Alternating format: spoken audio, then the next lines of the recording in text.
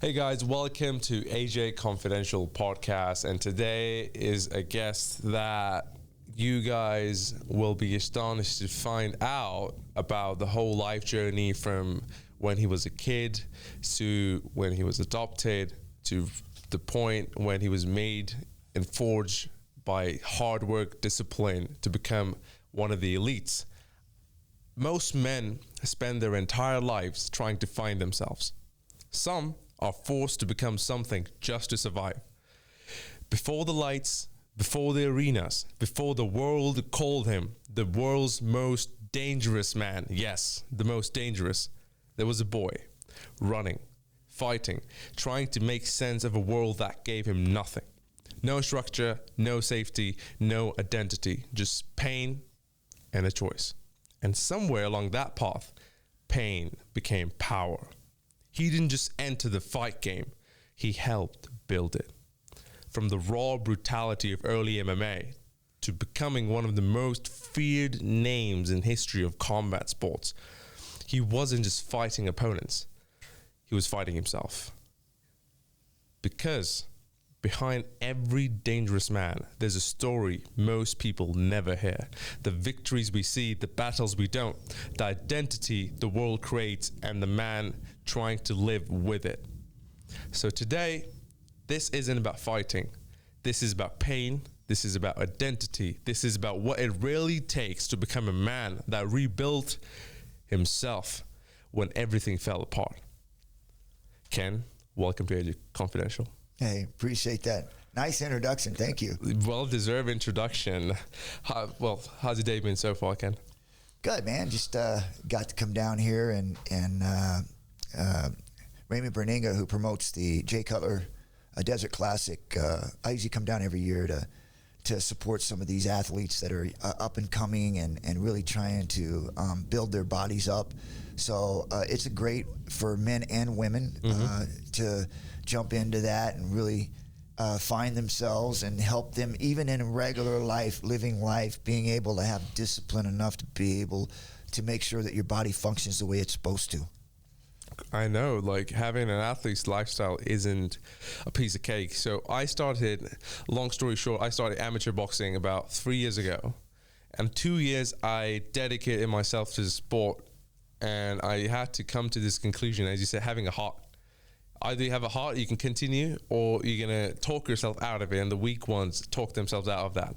And I was at that point where I had to make a decision. Either if I continue this for a decade of my life, might not come out with anything, no money, might just be 35 years of age, a lot of brain damage, and nothing to take, and just have to restart my life at 35, or build something up until that point. And it takes something special. It takes a character that either you're something born with or you're not. So you tell me, take me back. What did your childhood actually look like? Wow, let me kind of get set here for a minute and bring myself back there.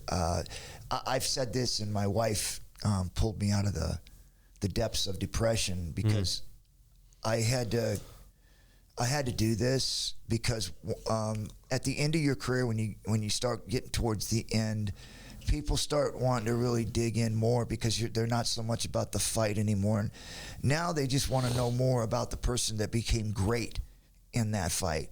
And so people are always coming in and trying to dig deep and trying to find out where I came from and what kind of story is there to be able to do some sort of movie or a documentary. And it's like everybody wants to know, especially as you get towards the end of your career and you've done so well. People want always just trying to keep lifting up and trying to find out what's underneath there. Where did he come from? How did he get there? What kind of problems did he have? All those things. And so I remember the first time when they came to me, and I would say I was probably at 42, 41, 42, still fighting. They wanted to do this deep dive and do a documentary on my life. So that was like, what, 3 years ago? Yeah, I wish. Come on, how old are you, Ken? Take it. I'm 62. Come on. Yeah, this dude, guys, does he look 62? Come on. Yeah, so I started to dive into it with no knowledge of of how, that can mentally really get to you. It's the same thing as when people are working for 50-something years and they retire, or military where they've just got something that they do repetitiously for many, many years, and then you walk out of that and then you get depressed. You don't know why. This was kind of a different thing where I've done things so much, but now I had to go back, something I completely put behind me and forgot about. I had to go back and start talking about my childhood, which I almost forgot. So I started digging down in order to try to make this documentary one of the best things that it could be, because I felt like it had an opportunity to reach out and help a lot of kids that are going through or have gone through what I was going through and some of the decisions that I was making along the way. And so I remember the first thing that I went back to was when I was in Georgia, Macon, Georgia. And I was I think I was around 6 years old. I had 2 older brothers, which obviously I didn't grow up with them. They grew up one went to prison, another one into the dark streets.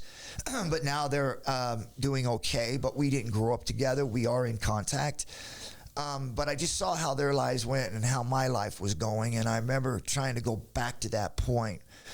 And being in Macon, Georgia, we didn't have a home that was where we were being raised. My mom, biological mother, because I didn't grow up with her, I ended up getting adopted, as we'll get into later. my biological mom had 3 boys, and again, at the time I was 5, and my next brother was 6, and then 7, so we were right in line. And she was a young woman, I think 19, 20, 21. She had 3 kids already. Didn't have a father around at the time. So you can imagine her during that time having to raise 3 boys, and having to be able to work and get babysitters or people to watch us, and that wasn't really a good thing either. So trying to bring people into that where it was just me and my brothers, we barely got to eat. If we were lucky, we got to eat once a day. We didn't have toys. We had, I think it was a 1 or 2 bedroom home. I can't remember, which is another problem. But we didn't have beds. Didn't have dressers, basically very minimum of anything in there. And we were left home a lot by ourselves because my biological mother would bring somebody in to watch us, and they were young, and we were abused, obviously. Just a lot of, not in a good neighborhood. So me and my brothers were abused a lot. These people would end up, because of our rebellion and how tough we were to be raised, we weren't good kids, they would leave. They would just leave the house and leave us alone. And we would get into, obviously, lots of trouble. We would be stealing things from different houses, like toys in the front yard or bikes, or even food. Like if we saw something there that looked good, we would take it. Didn't matter if it was out on the garbage or whatever, but it was bad. Like I said, it was going back there, like I said, having to rethink those journeys that we had, and then fighting, because we were predominantly in an African-American neighborhood. Mm-hmm. And it didn't matter to us. We were too young to know any kind of racial tension. We didn't understand that. We were just like, and this is where we were. We grew up there. We were born there. So there was nothing new or different for us. But there was definitely things that were implemented in that neighborhood because of the tension during that time. We're talking, so was it 1964? I mean, you're 64, so that would be 69, 70, 71.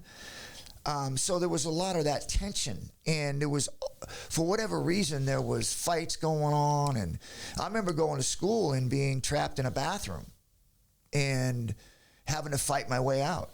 And I was 5 and 6 years old, And so this was stuff that constantly happened in this neighborhood.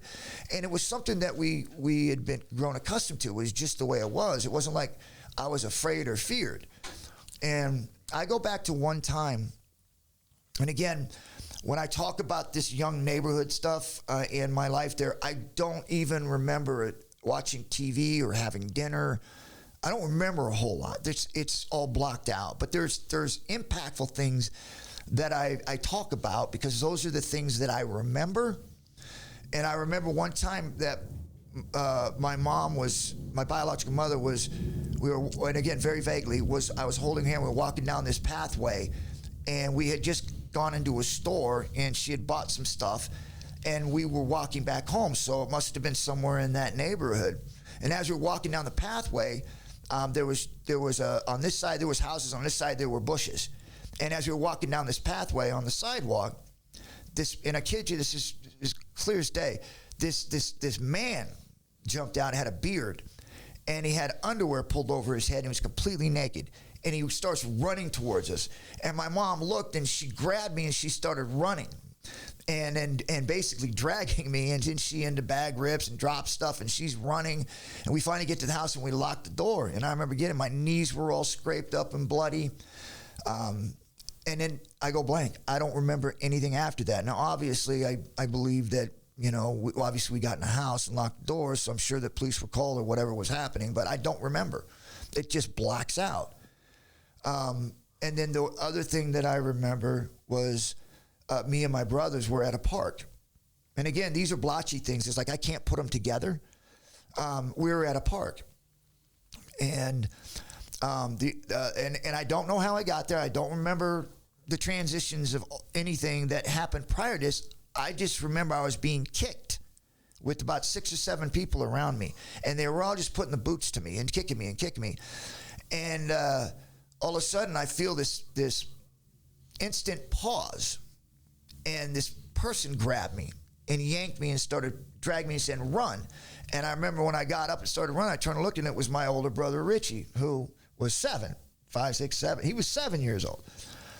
And so we started running, and I remember turning and looking, and as I turned and looked, I saw this crowd chasing us of kids, not men, but kids around our age or a little older. Uh-huh. And they're chasing us, and I remember I'm running for my life, and in my head, this is like we're gonna get killed, right? I mean, I'm a little kid, I'm afraid, so I'm running. I remember turning and looking, all these people running, and there was this one person that was running that I actually saw, and they were running. And imagine this young kid being able to do that. They were tough as nails, had blood running down her face. And we get into the house, and we get into the house, but I want to, as I remember, the girl that was running, that was kicking me, and there was girls and boys, when I turned to look and that blood was running down, I didn't know how it happened. But the reason why it paused was because my brother had picked up a rock and threw it and hit this person in the face with the rock. And then everybody started, like that pause. And that's when he grabbed me and started pulling me. And we took off, and then even after that, they still came after us. So we get into our house, and there's nobody home, right? It's just us 3. And we locked doors and all that. And I remember we had this one sliding window that went up and down, the old school one. And there was no lock on it.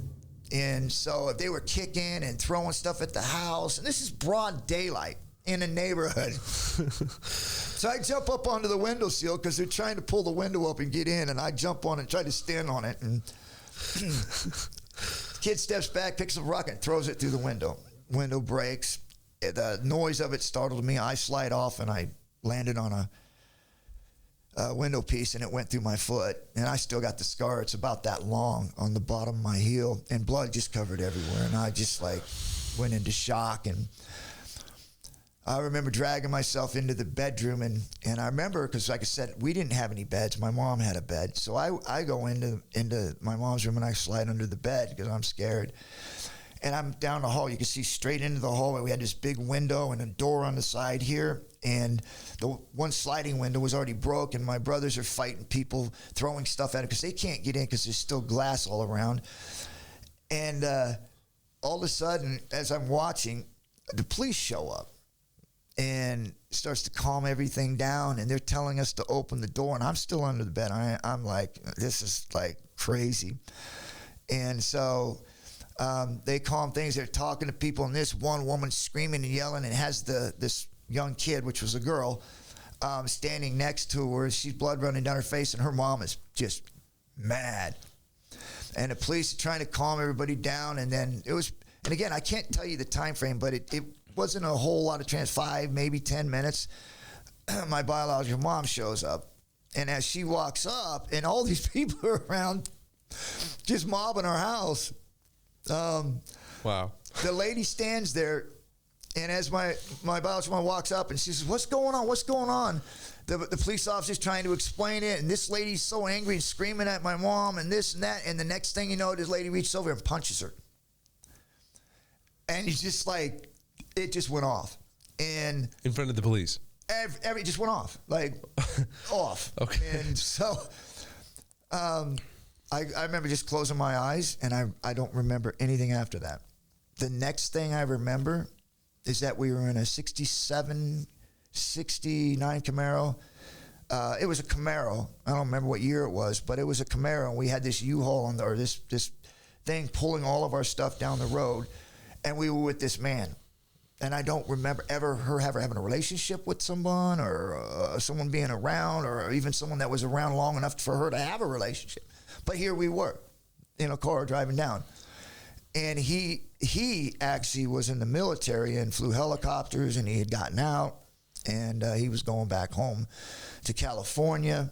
And somehow or another, they got a relationship together, and we started heading 3,000 miles to good old Cali, and we'd never been anywhere else before. Like, this was our neighborhood, and we had no understanding what the rest of the world was. So here we are heading to California with somebody that we didn't even know. But again, maybe we did. But like I said, I don't have, and this was probably because when this 5, 6 years old when it happened. When we actually moved, I was about 9 or 10 years old when we actually moved. So I don't remember anything else, and that just don't happen unless there's some stuff that.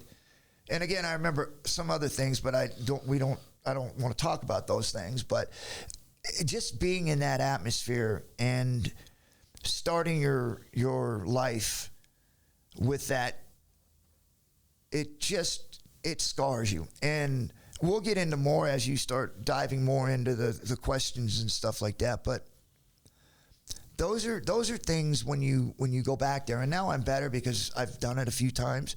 But when I first did that back when I was 40 something years old, and people want to know who I was, where I came from, and we start doing this document, I didn't know it. My wife saw it. She's like, what's wrong with you? I was, what are you talking about?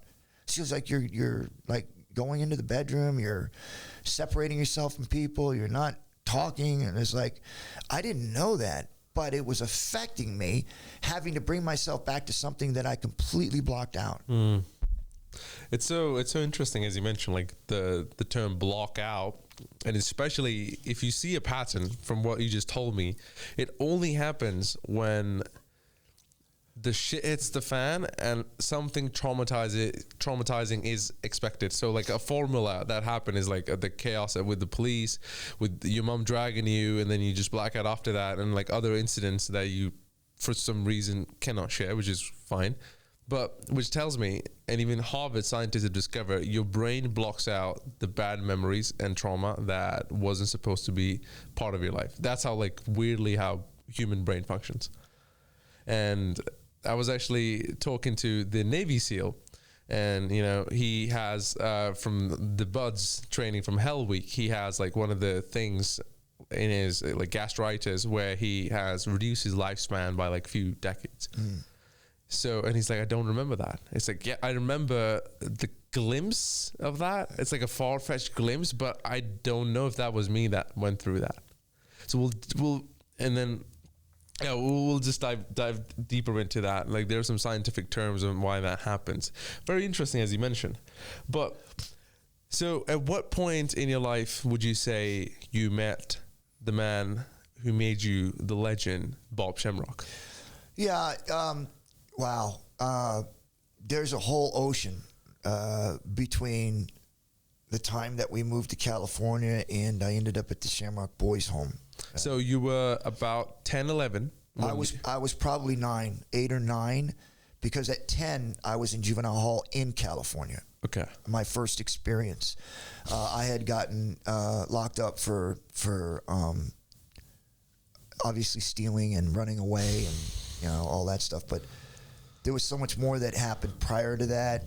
You know, we got there in California, and we're with the guy who had just retired out of the military. And he was a brass of something. I don't know the status, but he flew helicopters, so he was up there. And he was a medic, whatever they do with those medic helicopters and stuff. So he was one of those, and very disciplined. And we were not disciplined. So it was like 2 trains on the same track going towards one another. You just knew it's going to happen.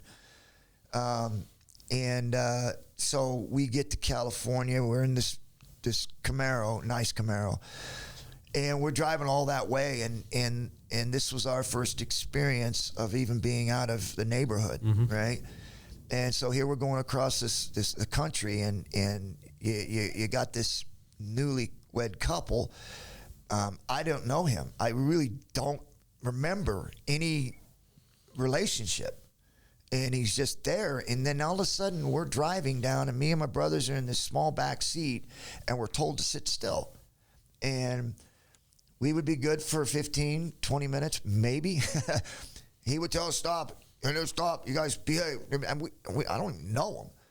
And he would reach back and smack us. Like, bam, I told you. And of course, he's driving the car. And then he's yelling, not yelling, but talking to my biological mom and saying, hey, get them in control. And she would say, hey, kids, come on, stop.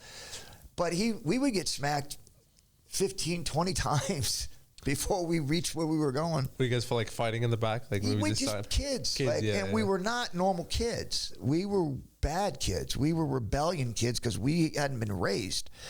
And we were in a rough neighborhood, and we survived. So that made us, not easy. And so here he is. He didn't do anything wrong. He's just trying to teach us. Like, I told you this. I mean what I say, right?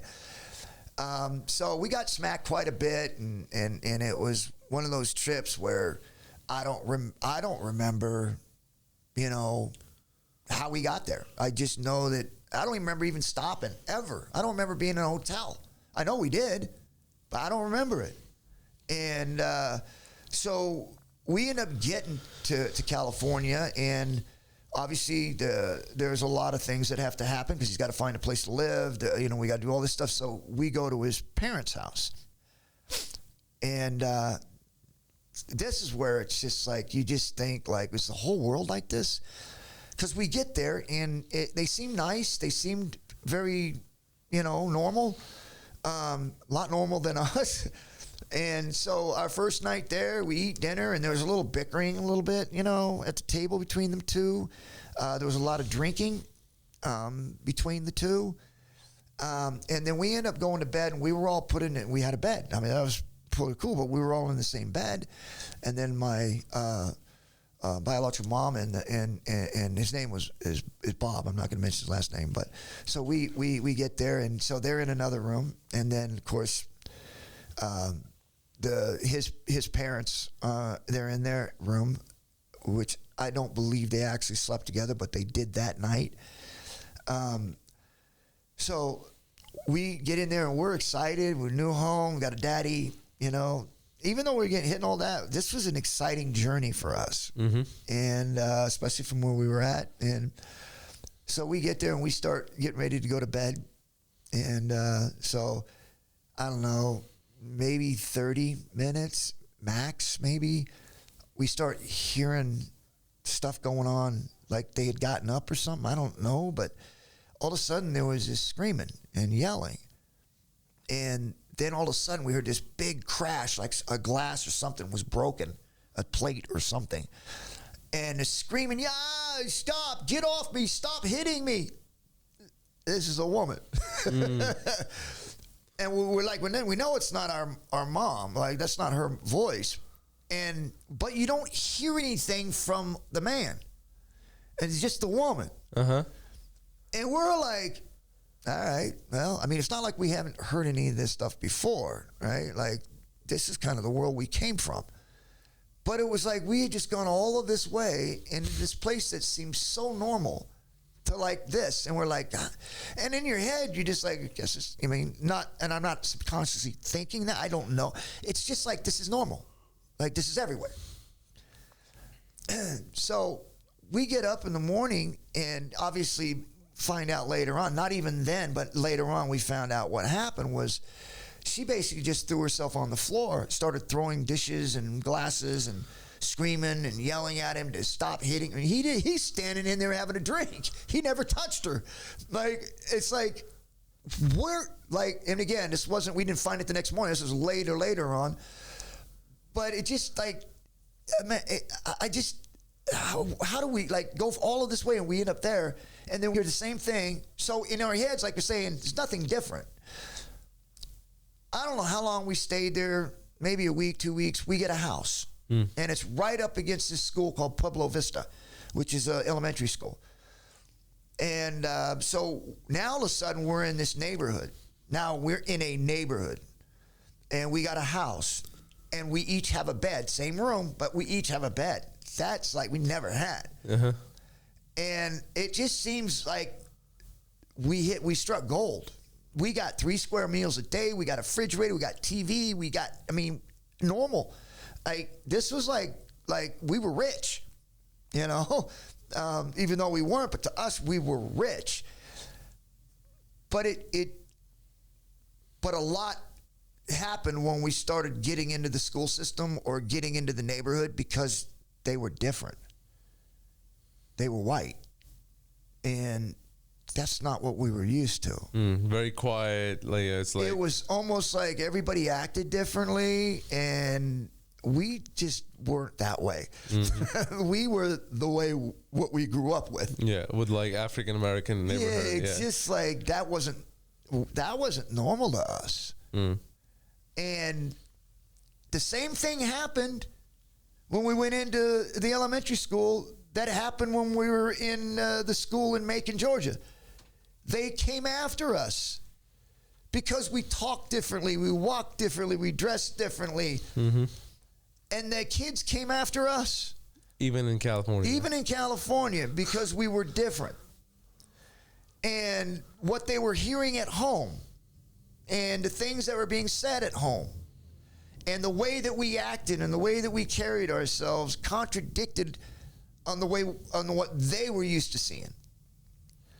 And, you know, that led to us because we weren't the wimps. Mm-hmm. We weren't the ones that they were going to pick on. Like, they found out real fast that we came from a place to where you don't lay down because you ain't getting up, right? So, and I remember this one, and again, I don't remember my classrooms. I don't remember my teachers. I don't remember any of that stuff. I just don't. But I remember I was first week of school. I was out on the playground, and my brothers were in a different recess period. And so I remember went out on recess, and I didn't know anybody. Again, people were always pointing at me and doing this because I talked differently, much differently when I was younger. And, more like a slang? Yeah, just more. And again, I don't know, but I was different. I just knew, and they were different. Mm-hmm. And I dressed differently, and the atmosphere was different. And it just seemed so foreign, wimpy. Like, it just seemed so weak, which it wasn't. But to me, because of where I came from, everything was strong, like, and it was physical and aggressive. And this was just like Sunday school. Like, yeah, I see what you mean. Yeah. You know, it was just like weird. And so I remember going out on the playground, and a few of these kids started pointing at me. There was about 3 or 4 of these boys pointing at me and laughing. And I had, once I saw that, because of where I came from, I could read an area and things that just starts to not feel right. Mm-hmm. And so I immediately found a wall that I could walk up and kind of put my back on. And so I found it, and I went over and kind of leaned on this wall and watched everybody else in the playground, and the ones that were starting to notice me. And it got worse, and they started pointing more, and then they started walking towards me. And it was about four or five of them. They're walking up, and I'm thinking to myself, and I've been here before. Like, I got trapped in a bathroom when I was in Macon, and I made my way out. But it's not like I had a fear, because I had done it enough times to where I get beat up, it's whatever, right? But it's happening. And I got two choices, right? Either run, and there's nowhere to run to, or I fight. Mm-hmm. And so in my head, it was like I already got the wall, and I was like, okay, it's happening. Kids start walking up, and all these other things are all going on. This is normal. While they're walking up, and then I remember the first word that came out, which shocked me, because normally in this situation, I wouldn't know it was coming, right? Now I seen it, I watched it, it's coming. I never had that opportunity most times. Yeah. Like normally it happens and you don't see it. But here they're just telegraphing it. It's like saying, we're coming after you. And I was like, and in my head, it's not like I'm thinking like, wow, you guys are stupid. I'm just thinking to myself, well, I got a heads up. Yeah. So I get my back's to the wall, they come walking up, and I'm trying to figure out which one is the actual man, the one that's leading this thing, because that's who I'm going first. Yeah. And as they come walking up and they start laughing, and this one kid says, what do you think, you're tough? And I'm just like, it's like, maybe they don't want to fight me. Like, I'm like, I'm really trying to figure out what just happened. Like, because when they coming up, they got the numbers. I mean, we're off, right? At this point, you're like, swing. I'm waiting for it. I'm not even saying that. I'm just like confused. Like, maybe they, I mean, again, I'm not experienced at this, but do they want to be friends? Mm-hmm. Like, are they coming up to talk to me? I'm hitting them because they want to be friends. I don't know. Yeah, the place you're from, at this point, they probably would have thrown hands. They would. I would have. Yeah, right. It would have happened. Like, you're not coming up and saying you want to fight. Yeah. And so as he keeps talking, and he says, at 3:00 after school, meet me behind. And first of all, I don't even know where the gym is, but meet me behind the gym. And I'm like, in my head, I'm like, I'm working through this really fast. You want me to meet you at 3:00 behind the gym so that you can bring more people to beat me up. Yeah. And I'm like, I don't think I want to wait that long. And I just hit him. Bam. He goes down. I kick him. And I'm waiting to get hit so I can throw that direction. And nothing happens. And as I'm kicking him, I'm waiting to get, head, wherever I look up, and they're running. They took off. Oh, wow. I was like, that's new. I said, all right. That's powerful. Good. I got suspended. Okay. So I go home. And what age are you at this point? Oh, man. Middle school? Got to be 10. Okay. Yeah, 10 years old. 9 or 10 years old, because I know it was the first week that I was in school. Okay. So it wasn't too long. And the time we left till we got there, I was still pretty young. And our house was backed up. We had a fence right there where that playground was. So I didn't have to walk far. But when I got there, obviously this is new to me because we fight all the time and nothing happened. But this time I had to pull weeds, mow the lawn, pull, and I didn't even know what a weed was because I was pulling flowers too. I didn't know what a weed was. Clean toilets. I didn't know how to clean it. I didn't sweep. I remember trying to sweep a floor. Uh-huh. I never used a broom. How'd you do it? He told me to sweep a floor, and I'm like, he's like, so he grabbed the broom, but then I'm trying to sweep this, like, I'm a young kid. Uh-huh. I ain't got no effort, no determination to do what someone tells me to do. Correct. So I got the broom and I'm just whiffing and then I put it away. And this was almost in everything I did. And even when I pulled weeds, I got smacked because I pulled a flower. I was like, it was growing out of the ground. I didn't know. That's how ignorant we were. We really didn't do anything at this point. We had no knowledge of how to make a bed, which I got smacked for not being able to make a bed. So it was, and for him, he thought we were being arrogant and just being disrespectful and not listening. Truth was, we didn't know. Like, we never had to do anything, right? So now we're being told to do all these things as chores and stuff like that. And for us to say, like, well, I don't know how to do that, we didn't have a knowledge of doing that. Like, no, we just, okay, get through it. And it was always wrong. And so it created so much chaos, so much physicality with getting smacked all the time, which was no big deal for us because that's normal, right? So that wasn't really that impactful, but it was just a constant, everyday struggle for us to try to live up to a standard we didn't understand.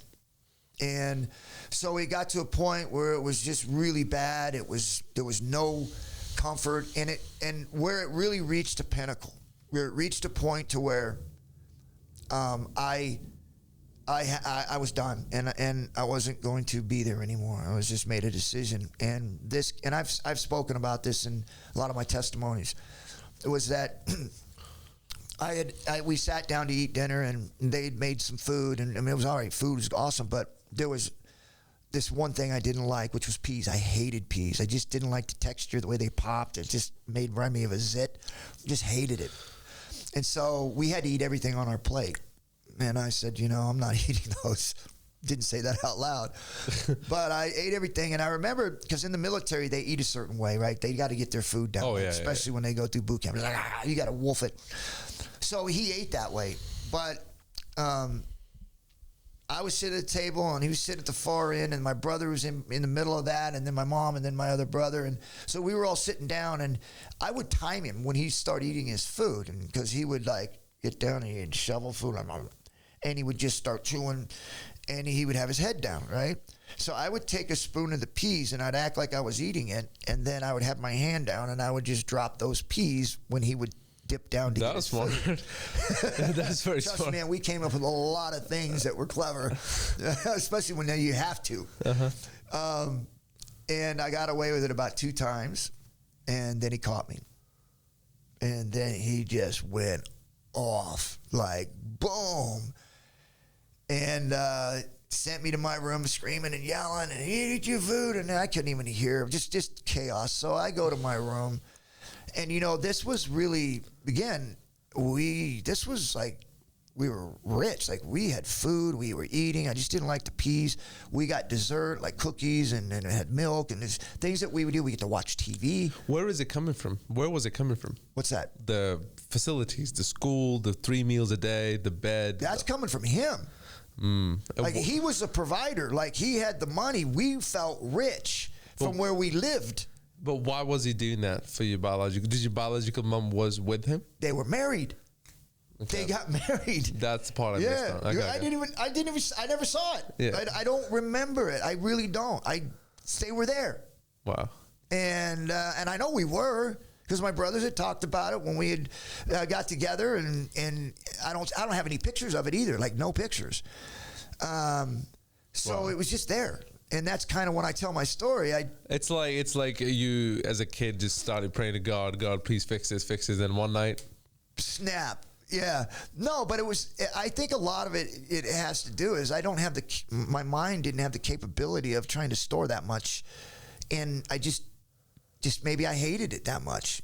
Isn't it like, okay, so it's very curious that you mentioned, it's like when you're in a fight and flight, like out of your entire career, you don't remember the fights when you were fighting the opponent. No. It's same. No. Sparring, nothing. No. You remember nothing. And you look at the footage and you're like, I don't remember that. Yeah. I did that when I heel hooked Don Fry, when he caught me with a left hook, and I went down and we were rolling around for a minute. I ended up in a heel hook and fractured his leg. I don't remember that. I literally from that point where I don't remember going to the ground. I don't remember rolling on the ground. I remember getting the heel hook. And I don't remember when I stood up, then all of a sudden I remember, like, how did I get there? I don't remember. Yeah. I just was instinct from that point, but I also took a shot. It comes with it.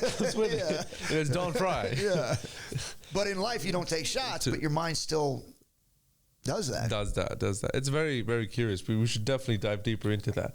Well, So, at this point in your life, were you ever feeling like you were just alone?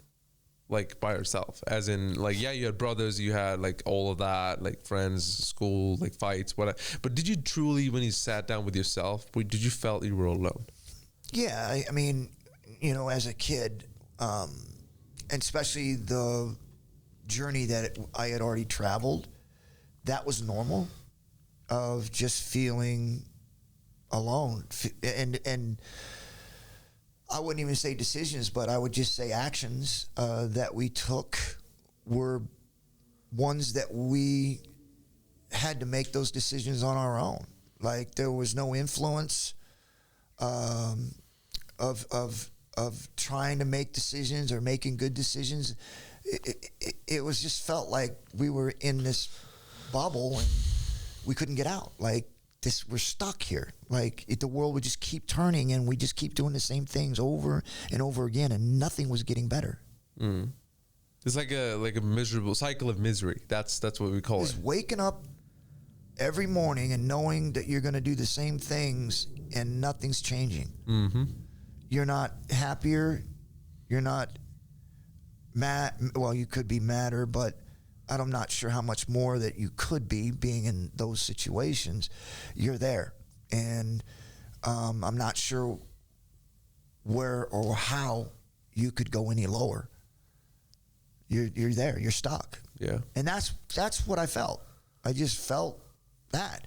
And then when that thing happened at dinner, and I didn't get to finish that, but really how that ended is what made the decisions. Because when I was sent to my room, I got up in the middle of the night because I heard him watching TV and all of that stuff, and I was stuck in the room there. I was angry, and I was like, yeah, okay, whatever.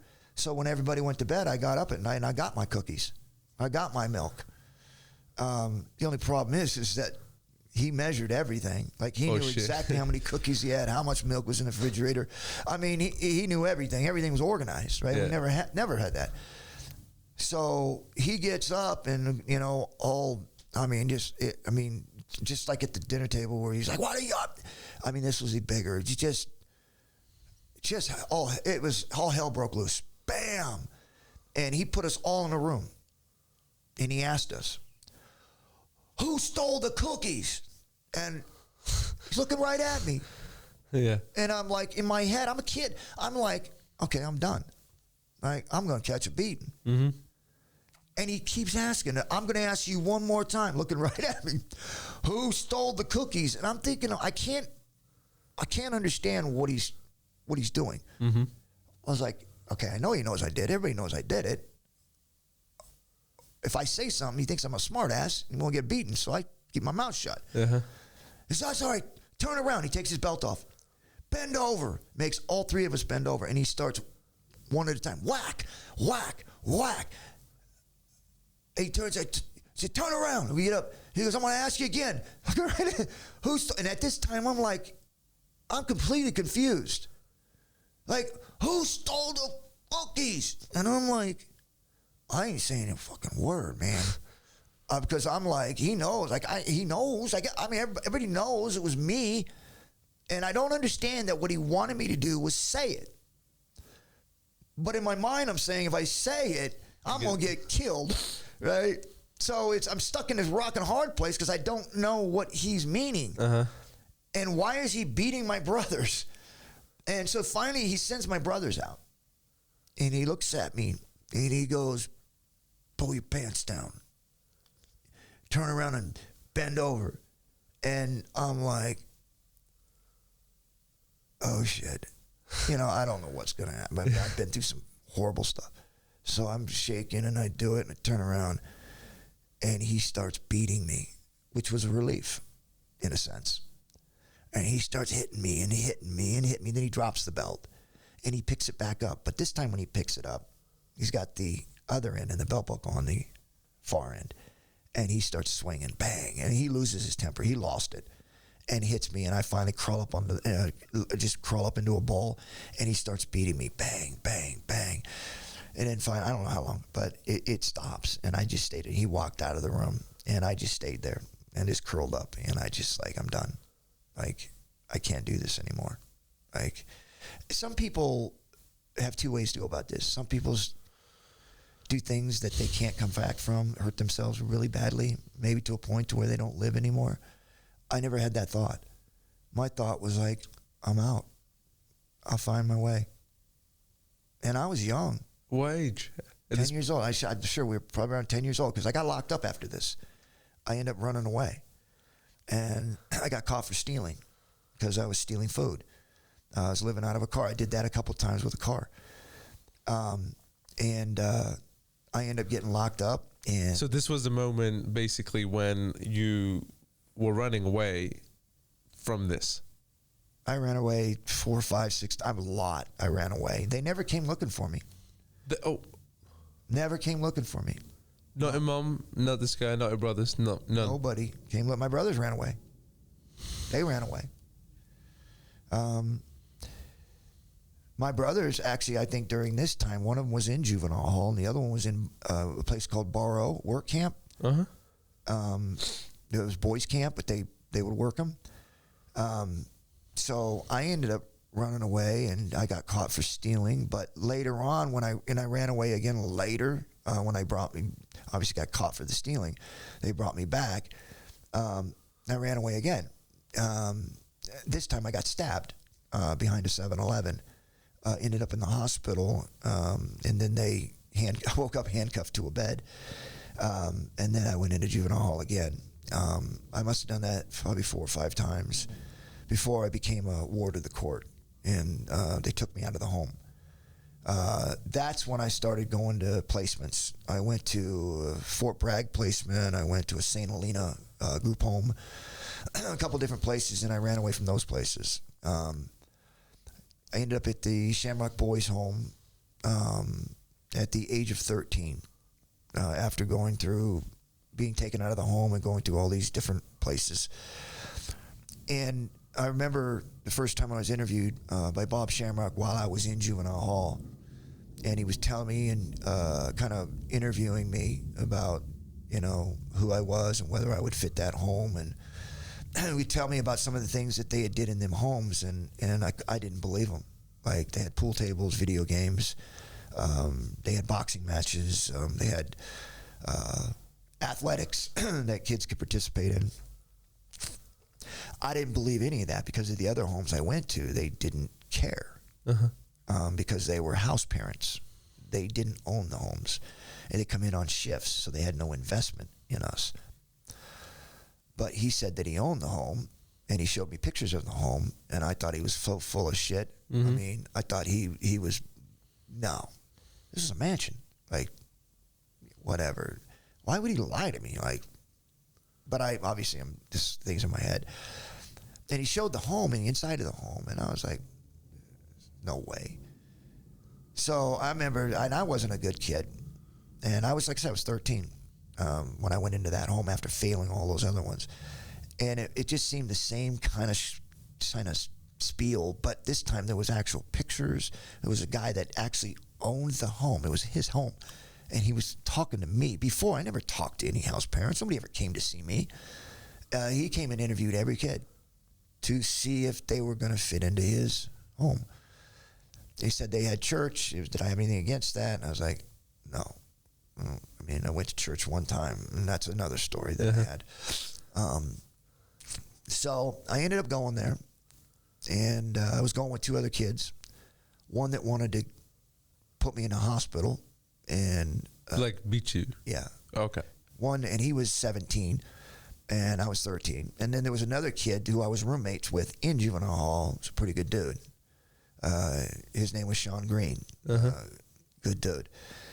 At least we were good dudes then. I don't know what he's done after that, but good stuff, right? We go there, and it was a long trip because we're going from Napa to Susanville, which is on the other side of Reno, Nevada, in the California side. We drive through all these things, and we start getting into Susanville, and we're like, where are we at? Like, there's no houses. Yeah, it's just mansions. Like, they're going to put us in a hole. So we're getting out there, and Susanville's about 3 miles outside of the small town. So we're driving out there. There's no houses. Yeah. So we get up to this house. We pull in, and there's a couple other houses around it, like 2 or 3 houses around it. They were huge. So we pull in, and there's these big old pillars with these iron gates, and they open up. And we drive in there, and we're like, hey, we're in the wrong place. Even though we saw pictures, it does nothing when you drive up to it.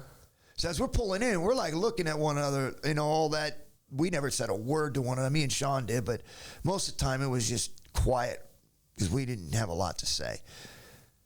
Probation officer driving into this place, and we're just looking at this place, and we're like in awe, like, get out of here. Like, what is going on? Like, then as we're driving up, they had this big old center with this rocks that were in a circle. There's this big old American flag up in the middle of the driveway where you drive in the circle. We pull up into there. There's all these cars. There's a Corvette. There's a Riviera. I mean, just sweet cars. Wow. Then there's a van and a station wagon. And we're like, that resembles a little bit. And there's a big old bunkhouse on the side. And then there's big old house sitting right there in front of us. And he says, no, this is the place. It's like, because there was a lot of other kids from Napa there, which we didn't know. So we get out and we walk up, and there's this big old wood oak door and all this rock granite. I mean, just elaborate. The only time we ever get close to a home like this is if we were robbing it. I mean, like, it's just like, wow. So we knock on the door, and Bob Shamrock answers the door. Okay. And hey, he's all bubbly and all that. And my instincts first was, stay away from me. Like, I know you're kind. Like, that's how they do it. They want to befriend you. You're a good person, and I love you, and I want you to be my friend. And I was like, yeah, nah. And so we walk into the house, and I've got my antennas up, like very up, like something's wrong. Like something is really wrong. Even though, like, from the point of to drive, you enter the gates, you saw the house, it felt like a scene out of a movie, the way you described it. Something ain't right. Like, this ain't right. Like a gut feeling. Yeah, this is not, this doesn't happen to us. This is not, like I said, we don't get close to this unless we're robbing it, period. So we go in and we walk in, and then there's this grand piano. It was a white grand piano, and there's this big old fireplace that went up from the ground into the ceiling, open beam ceilings. And there's this marble table with these silk floors, and so there's this stairway that goes up into the second level of the house as we walk in the door, and there's kids up there. There's a pool table. We hear dinking and like sounds of video games. And so then when we walk through the hallway, and then there's this display of different types of dishes and different things like that are antiques. And then we make a left, and then we make a right, and then all of a sudden now we're into the living room where there's couches and there's a fireplace, and then there's a kitchen that has a huge counter, and then there's a lady in there actually doing some sort of cooking. And then there's a bar right next to the actual counter, or the actual couches and TV and everything. And then he brings us around where the bar is, and he sits us down, and there's candies and there's a soda machine. It's like, pinch me. Like, what's going on here? So we sit down on these stools, and he starts talking to us, tells the probation officer, hey, you want some coffee or something? To go, the cook will take care. He's the cook. It's like, the cook will take care of you, and get you cookies or coffee or whatever. I want to talk to the kids. Yeah. Which they already knew the scheme because they had already placed a bunch of kids there already, right? This is our first time, like. So we sit down, and I'm like sitting the farthest away. The others are kind of like, okay, I can dig this. Like, but maybe they haven't had the same experience as I had. But I'm like, there's no way this ends good. There's just no way. And so I remember sitting there, and he starts pulling out our files, and he starts going through them and literally targeting every single one of us on where he thinks we have these different types of issues and problems, and that how he wants to help us. And Sean had some other things that he did. He was more of this guy that loved to hit all this stuff and get high and have a good time and, happy-go-lucky. He wasn't a violent guy. The other guy, Jeff, and I still know their last names to this day. Jeff was the one that wanted to put me in the ground. He was more of the vicious kind. Still did the entertainment stuff, but was vicious. And I was the same, but I was young. So Sean was more introvert, How many kids were there at this point? I would say 18. Oh, wow. 18 kids, and I would say 12 of them were for Napa. So it was interesting because that had never happened. We normally would get shown around by a peer counselor and show us the ropes and get our stuff put away, and then we just were there. Yeah. He was literally breaking it down to us on what he expected from us. But he also told us that you're not just here to be a number, but you're here to improve yourself. That's something that we had never heard before. Like I had never heard before. To where someone was like literally saying, let's figure out how we can help you direct that anger into something positive. And others to be able to help direct whatever there's blow-ups or anger, whether it's in or out. How do we get that curved? How do we get you to use that in a positive way? Mm-hmm. Of course, that's all foreign to us, but we kind of figured it was a step in the right direction. But at the same time, what's it cost us? Like, what is it that you truly want from us? Because nobody pays attention for free. And so after I was there about probably a month or so, I'd gotten into a fight instantly. I had jumped on this dude. He was laying in bed because he used my razor blade. Mm-hmm. And it was in the morning, and I had complained about it to Vertus, who was another one of our counselors, and complained about it to him, and then he told my dad, and my dad didn't know me that well. Bob Shamrock wasn't my dad yet. So, well, that's your problem. What are you going to do about it? Bob Shamrock said that to me, to group homeowner. It was like, I looked back at him like, huh? Like, and this kid was a peer counselor. He was 18 years old. Yeah. I don't want to mention. He was laying in bed, and he had the blankets over him. And he, said that like I wasn't going to do anything. I was 13. So I said, okay, all right. So I go, and Vertus is following me. He's a counselor, and he's a wrestler at the Susanville College. He wrestled there. Okay. Big, strong black dude. I mean, and a good guy. So he's laughing. He starts following me out, and I was there less than a month. I opened the door. I jumped on him. Mm-hmm. I clamped my legs down on him so he couldn't get out of the blankets and started pounding on him. Bang, bang, bang. Vertus' eyes just lit up like, did he just do that? And he grabs me and he pulls me off. Yeah. Then he goes, okay. He goes back in the house, and I was hot because I get to a point to where I just see black. I'm like, that's it. I'm gone. So he pulls me back, and I have to walk away, and I'm trying to calm down. And so we walk into the house, and everybody's like, what just happened? And Vertus looked at me. He said, he did it. Carl comes running in the door. It's like busted through the door, and Bob Shamrock says, that's enough. Yeah. Like, that's enough. And the dude probably could have beat me up. He's 18 years, peer counselor. He probably could have beat me up, but I wasn't letting that go. Because if I let that go, everything else gets done. Yes, right? Yeah. So instantly that spread through the house. Like, I'm going to do something. I think I was 15 years old. I was running the house. Wow. Yeah. So you're like the man. That was it. Never looked back. At what point did he adopted you? Did he just adopted you? Tell us more about that. Yeah, 18 years old.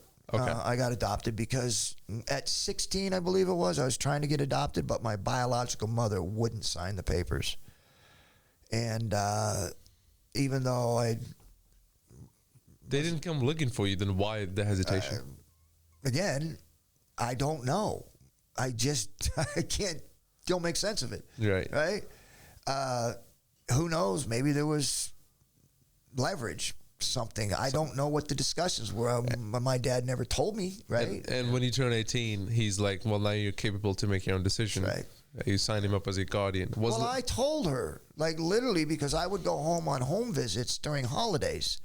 and I would bring big old 50-pound meat things that he would have for the boys home, and he would let me bring it home to be able to have food for the family. So there was always things that were being, given to try to make things more comfortable. But maybe she just had a different motive, and he wasn't going to do it. Did you had like that father-son dynamic with Bob Shamrock? I don't know what a father-son truly is. I don't. But I know when someone cares for somebody and they want the best for him, that's the relationship that we had. He truly wanted the best for me. He had a lot of his own skeletons in the closet, a lot of things that he was dealing with as a man that could have overflowed into our relationship, but I wouldn't allow it. So I would say that, he was there was no doubt in my mind, he was the only one that was able to handle me and be able to help me understand who I was and what I needed to do to become the best me. Because everyone else kind of looked at me and saw this angry kid and was getting into trouble all the time. And he looked at me and saw potential. And especially when he led me in a direction, because there was a lot of things I tried. But football was what really got me over the hump, because I was knocking the piss out of people in school. Wow. And coaches were like, dude, who's this kid? And then became this kid that people thought I'd be dead before I was 18 years old, to now all of a sudden I'm the super athlete. Obviously there were other kids in my school that were great athletes too, but I was one of those kids now that was relevant. As prior to that, I was irrelevant. Yeah, everyone's like looking down on you. It's like it's a troubled kid, so they'll put a mask and a label on you, and they just treat you that way. Right. And now you're like in the big leagues. In high school, that's pretty big achievements. How was like attention in terms of like teachers, maybe your fellow peers, or like women? Like, did you have a early dating life at that point? Yeah, it was hard at first, because my vision of women wasn't good. At a very young age, I became very sexually active, 10 years old, and probably even more younger than that, but not because I knew I was doing anything, right? Mm-hmm. So my world was opened up tremendously. Sometimes not with my consent, and sometimes that was my consent. And for me, it was just a way for me to do whatever it is I wanted to do. Wow. Right? And even in high school, when I started dating, and I had a girl who was a freshman, and I started dating her, and I didn't know how to treat a woman. Obviously I didn't hurt him. It's not like that, but I just didn't know how to do flowers or say kind things. It was just physical. That's it. Like, and I didn't know how to handle it or like maneuver things around a woman. How to have a relationship with somebody and talk and say things. I just didn't know how. So I didn't hold relationships really long, because in my mind I didn't understand how they worked. Like, it's not just all about me, and so all through my high school I struggled with that, but it was because of the way I grew up. I didn't know. Yeah, it very much has to do, because I believe just for a woman, her first experience is her own father. For a guy, it's the mother. And if your mother, let's say, from what you told me, never had that feminine side to her that she could provide and show to her, because you grew up in a neighborhood where you were like fight or flight, survival, had to make the food, didn't eat sometimes. So from that has been your first experiences with like. Yeah, and it wasn't like we weren't friends or anything like that, or that it wasn't, a good thing for both of us, but it was just like I knew I wasn't. I mean, I didn't give flowers or take him to dinner or open the door for him. Yeah. You know, all the things that you do to develop a relationship, I had no understanding. I understood that with my dad and his wife, Dee Dee, who is my mom, who's still alive. God bless you, my mama. But it was really hard because I saw this for a very short time, and then I grew up from the start of my life to not good. Like, it was abusive. It wasn't kind. And then I moved into a group home where I saw nothing but kindness and love and caring for them too, and how they worked with each other and never screaming or yelling at one another. And obviously they had their distance, but they always went into the room and they never hurt them. It was always kindness, opening the door and saying I love you and all those things. And here I'm in the middle of that, and I'm trying to figure out what was right. And so when I got a girlfriend as a freshman in my sophomore year, I didn't understand what the intricacies of that was to develop relationships. It was all physical. Yeah. It was just the sexual stuff. Yeah. And it became the focus of that. And because that's all I knew. But as I got to my junior and senior years, I started to understand it more, just like I did with my faith. Correct. And I started to really understand what it meant. I remember my senior prom when I went to the dance. And my dad had all these Cadillacs, convertibles, and they were like 67, 68, 69, 70, something like that. All the old, I'm sorry, they're 55s. That's right, 50s. And he had 4 of them, and I got to take one of them. And so I had this girl I was going with, and we were at the house, and we did all our things, and we go out to get in the car, and I go to my door, and I go to get in, and she goes to get into her car, and he screams at me, and he goes, "Hey, Ken, come here." I was like, okay. I thought he was going to give me some more money. Yeah. So I close the door, I go run up to him, and he punches me, boom, right in the stomach. It's like, and we had a thing, like anytime we walked around the house, he punched me in the stomach trying to keep my abs tight. Yeah. I wasn't ready for this. Uh-huh. And I dropped to my knees, and the girl in the car was like, I said, "What happened?" And he looked, he goes, "Don't you ever let me see a woman get in the car and you don't open her door." Chivalry is not dead. To this day, I still open my wife's car. I'll never forget that. Life lesson. Yeah, my abs tighten up every time I open it. That's funny. Dude. But at this point, like, okay, life is looking like a whole another day from where we just came from, like from a tunnel, and there was like light at the end of the tunnel, and it took you like almost a decade to get to the tunnel, you know, with your dad living in Napa, I assume, and like now presumably dating living like in Susanville, sorry, and then being a super athlete. At what point did you realize I'm just different? Well, and it's kind of funny, but even as I think it was probably my junior and senior year. You know, obviously in wrestling, I went undefeated till I broke my neck, and we'll get into that later. Yes. But I was destroying everybody, and I was just freakishly strong. And I had this, like, you put a wall in front of me, I'll break through it. I mean, that's the mentality that I had at a young age. You can't stop me. But when you got into fighting, was it like just fighting for you? Was it like survival? No, it was. Again, for me, it was. And even going back when I said I knew who I was, it gave me more as time went in through life that all the other experiences that I had done, everything I went to go do, I succeeded. And whatever it was that was physical, I did it, and I was freakishly strong. I mean, I would go into and it's in Mooresville, North Carolina. I did this in the gym, and I benched 605, and I weighed 237 pounds.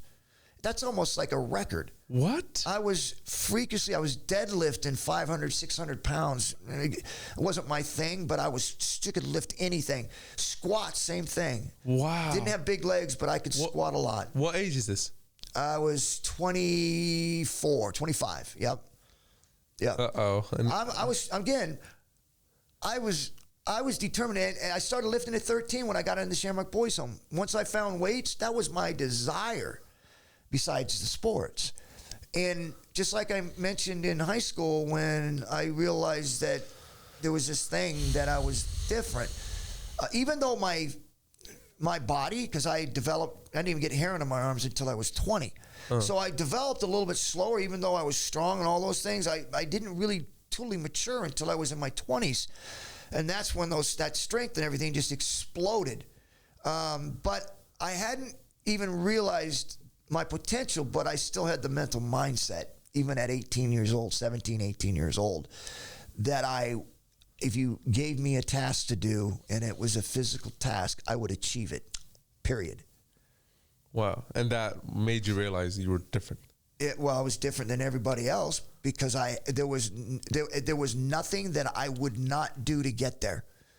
Like, I am going to achieve that goal, period. Like on a football field, on a wrestling mat, even in a fight, you're going to have to put me unconscious in order for me not to keep coming.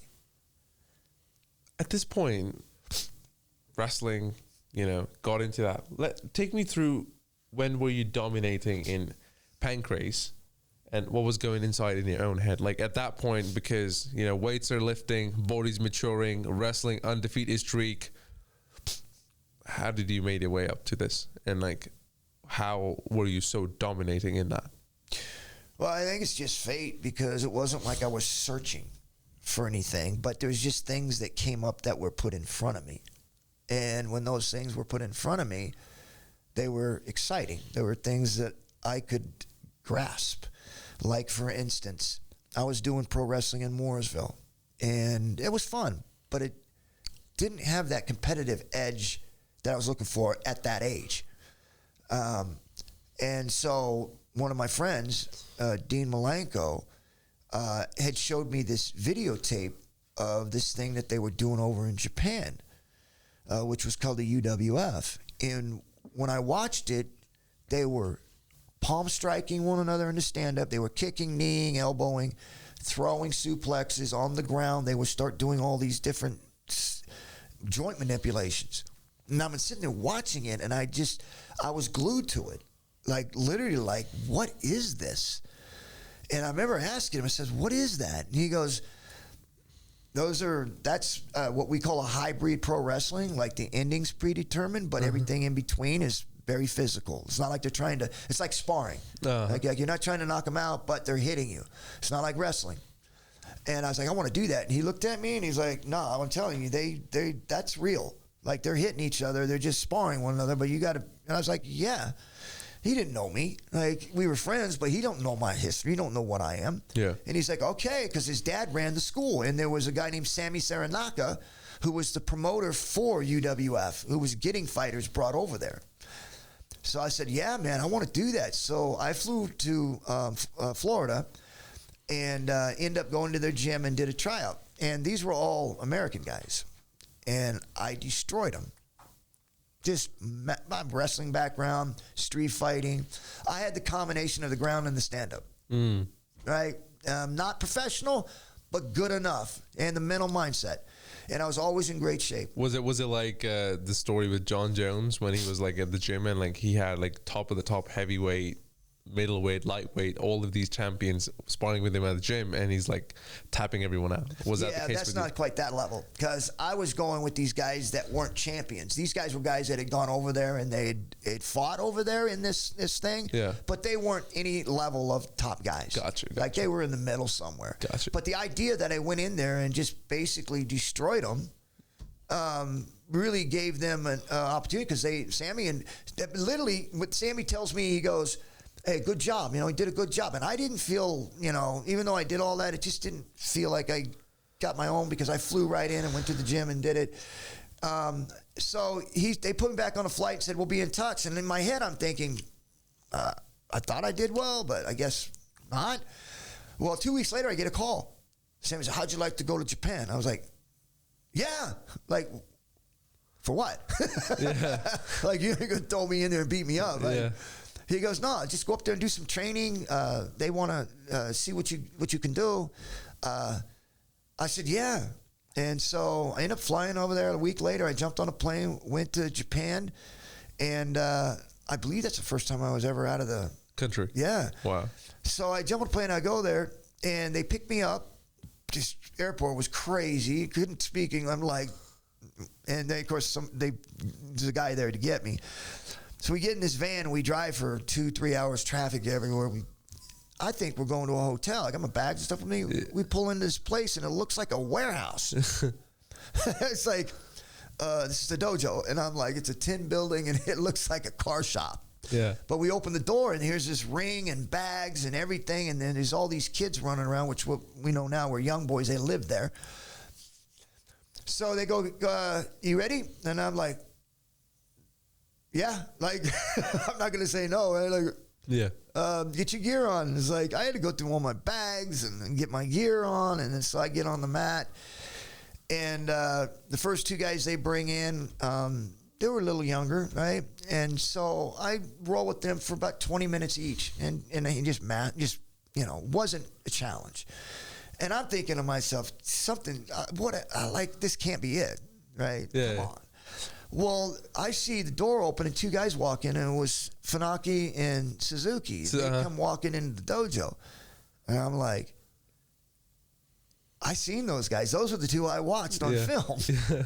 And like, next thing I know, they're getting dressed, and I'm still rolling with these guys, and they come walking up, and Sammy goes, can you go a little longer? And I was like, I'm like jumping all over it, but in my head, I'm like, damn, I wish you'd have told me before I started. Yeah. So they jump in there, and Suzuki goes first. He's a smaller guy, about 170 pounds, maybe 5'10". Real good wrestler, but just can't strike, not really good at any of that stuff, but just wrestling and submissions, which I didn't know at the time. And so I stuffed him. He tries to take me, I stuff him, and I got him, and I'm controlling him. And like, I'm thinking, I got your ass. Like, this is not a problem. And I wake up. It's like, I'm like, what happened?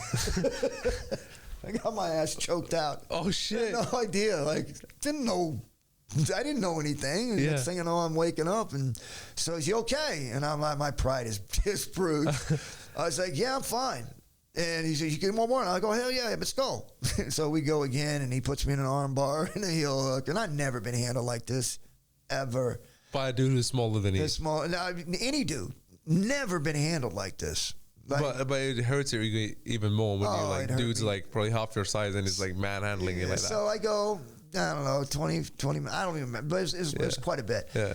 So it's like, oh man, I feel so down. He goes, and I was depressed, and so Sammy, you want to go again? And I was like, yeah, I need a chance to redeem myself. So Funaki comes in. Funaki's like 200 pounds. And he's like 6 foot, right? I'm like, let's go. Because if Suzuki just beat the heck out of me, and he was going with him, and they had a heck of a fight, Funaki beat him. So I knew I was in for it, right? So I go in there, and I go after him, and the same thing. I got choked. I got heel hooked, and I just got torched. And I just felt so depressed. They kept patting me on the back, saying, good job. And I went, hour and a half, maybe longer. Like, I went a long time, and I would always keep going, and I never ran out of gas. Even though I got tired, I would never run out of gas. I kept going. Wow. And so they kept patting me on the back and said, good job, good job. And it sounded genuine, but it just felt pessimistic. Like, get you out of here. Good job, go. So I go to the hotel. I had to stay a night, and then I flew back home, and I was just, I just thought I blew it. And so I get a call later. It's a couple of days. It wasn't long. How'd you like to fight? It's like, again, kind of that first call. It's like, yes. Who? But why? Why? I didn't say that, but in my head, I'm like, I just got beat up. Yeah. And he says, we want to bring you in for a couple weeks and maybe teach you a few things before you fight. And I was like, okay. Like, I'll go and train first. So I went up there for a while and trained a little bit. I learned a lot in a small amount of time. I picked it up fast, though. I was quick. I was able to defend a lot of things that happened to me in that one session. Wow. I was able to stop it in just 2 weeks of training, be able to stop what they were doing to me. Because I was strong. All I needed to know was how they were doing it, like how did I put myself there. And I would learn that very quickly. The first thing I learned was a heel hook. I picked that up really fast, and that was very dangerous. And I was able to win my very first match. It was a mid-card guy. They didn't throw, which was I thought was going to be just used as a piece of meat. But they put me in there and actually built me. They gave me opportunities and had me fight guys that were not at the lowest, but somewhere in the middle to try to gauge where I was at. And I succeeded. And so it felt like it wasn't 6 months before I was competing with all the top guys. That's how fast I was picking this up. But I attribute most of that with the weight training I did when I started at 13 years old. Whereas I developed my body to a point to where I became very, very strong. And then I added technique to it, and I was always in great shape. So I had all three elements. I wasn't really well-versed in the technique of it, but what I didn't have in the technique, it made up for in the strength, especially at that level at that time. But within 6 months, I mean, because it came so naturally to me with the movements, that I was able to pick it up really fast. Wow. So you're basically at this point like an all-rounder. Now, where does the UFC comes in? Like, you step into Ultimate Fighting Championship with no rules, no blueprint. What did that feel like? Well, going into Pancras, I'd already established I was a world champion, number one fighter. And then this thing comes up with kind of the same, almost the same story that how I got involved with the first Pancras and all of that, to where I was now with the world that UFC was starting to come into, was one of my students. Around what time is this? So let's say what year? 90, I think. The first UFC was in 93, right? Yeah, 93. So I would say in 90, it had to be 93, right? Because the first UFC was 93, and it wasn't but a few months. Once I saw the flyer that was brought in by one of my students and said, hey, check this out. No holds barred, anything goes, And I remember thinking to myself, that can't be true.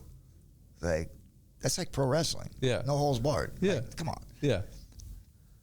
So I ended up calling a number on there, and Art Davies picked up. Mm-hmm. And I kind of started picking questions at him. Said, hey, I'm a world champion over in Japan.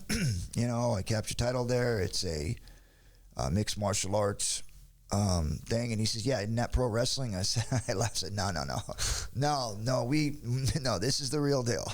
I said, UWF that I was with prior to that was pro wrestling. We turned it into being real. Real, okay. So the only part with that was the ending was predetermined. Rest everything was like for real. Well, yeah, but it's like sparring. Sparring. Okay. UWF's like sparring. You're kicking each other. You're hitting each other because you're trying to push them. Gotcha. To get them to where they can get in shape and work. But you're not turning your punches over. You're not turning your kicks over.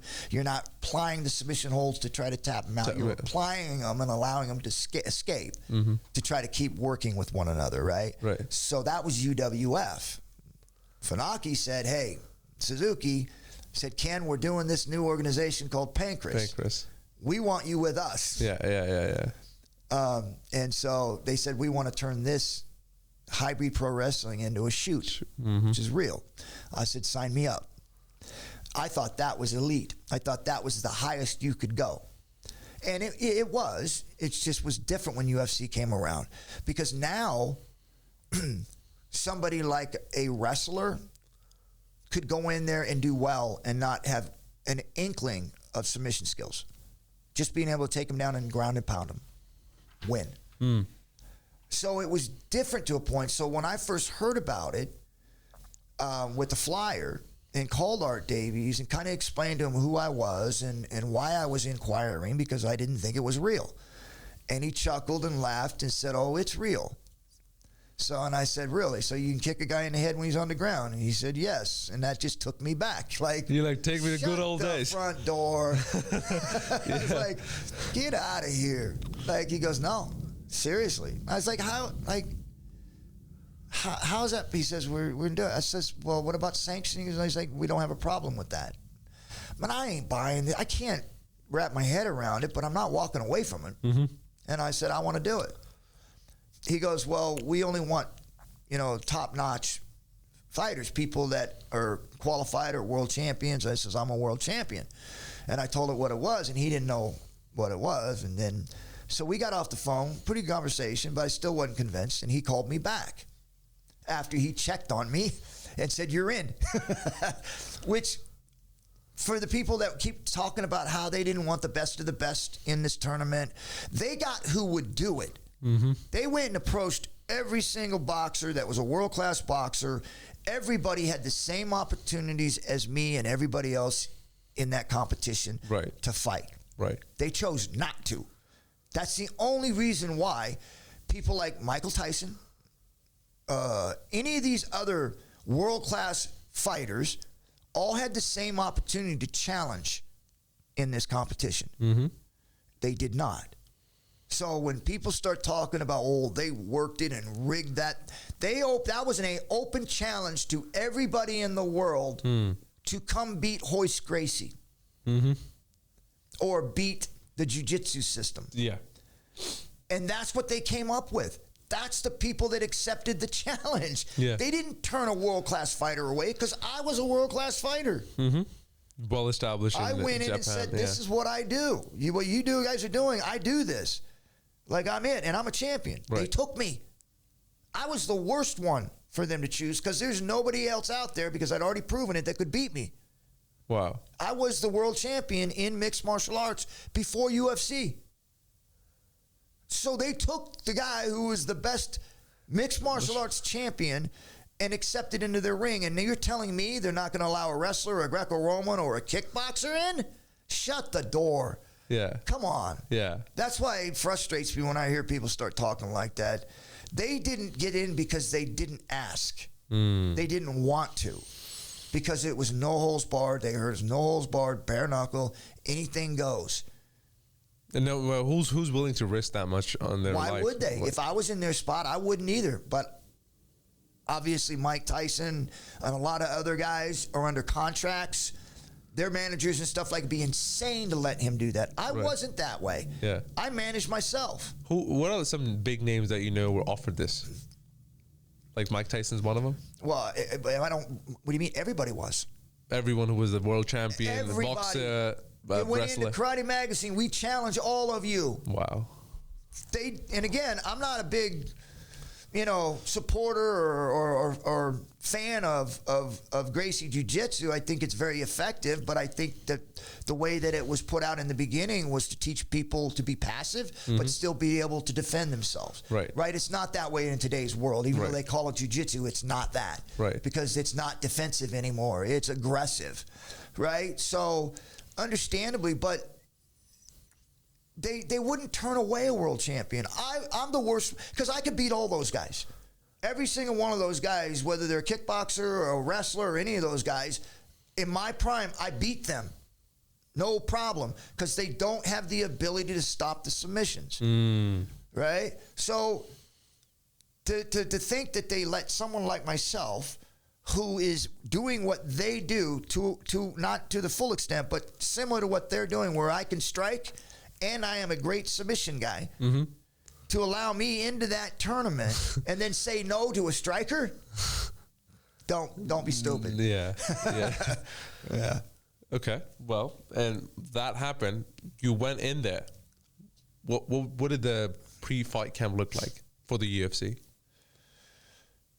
That confusing? It's like, how do you train for that? That was the first question. Like, okay, no time limit, no rules.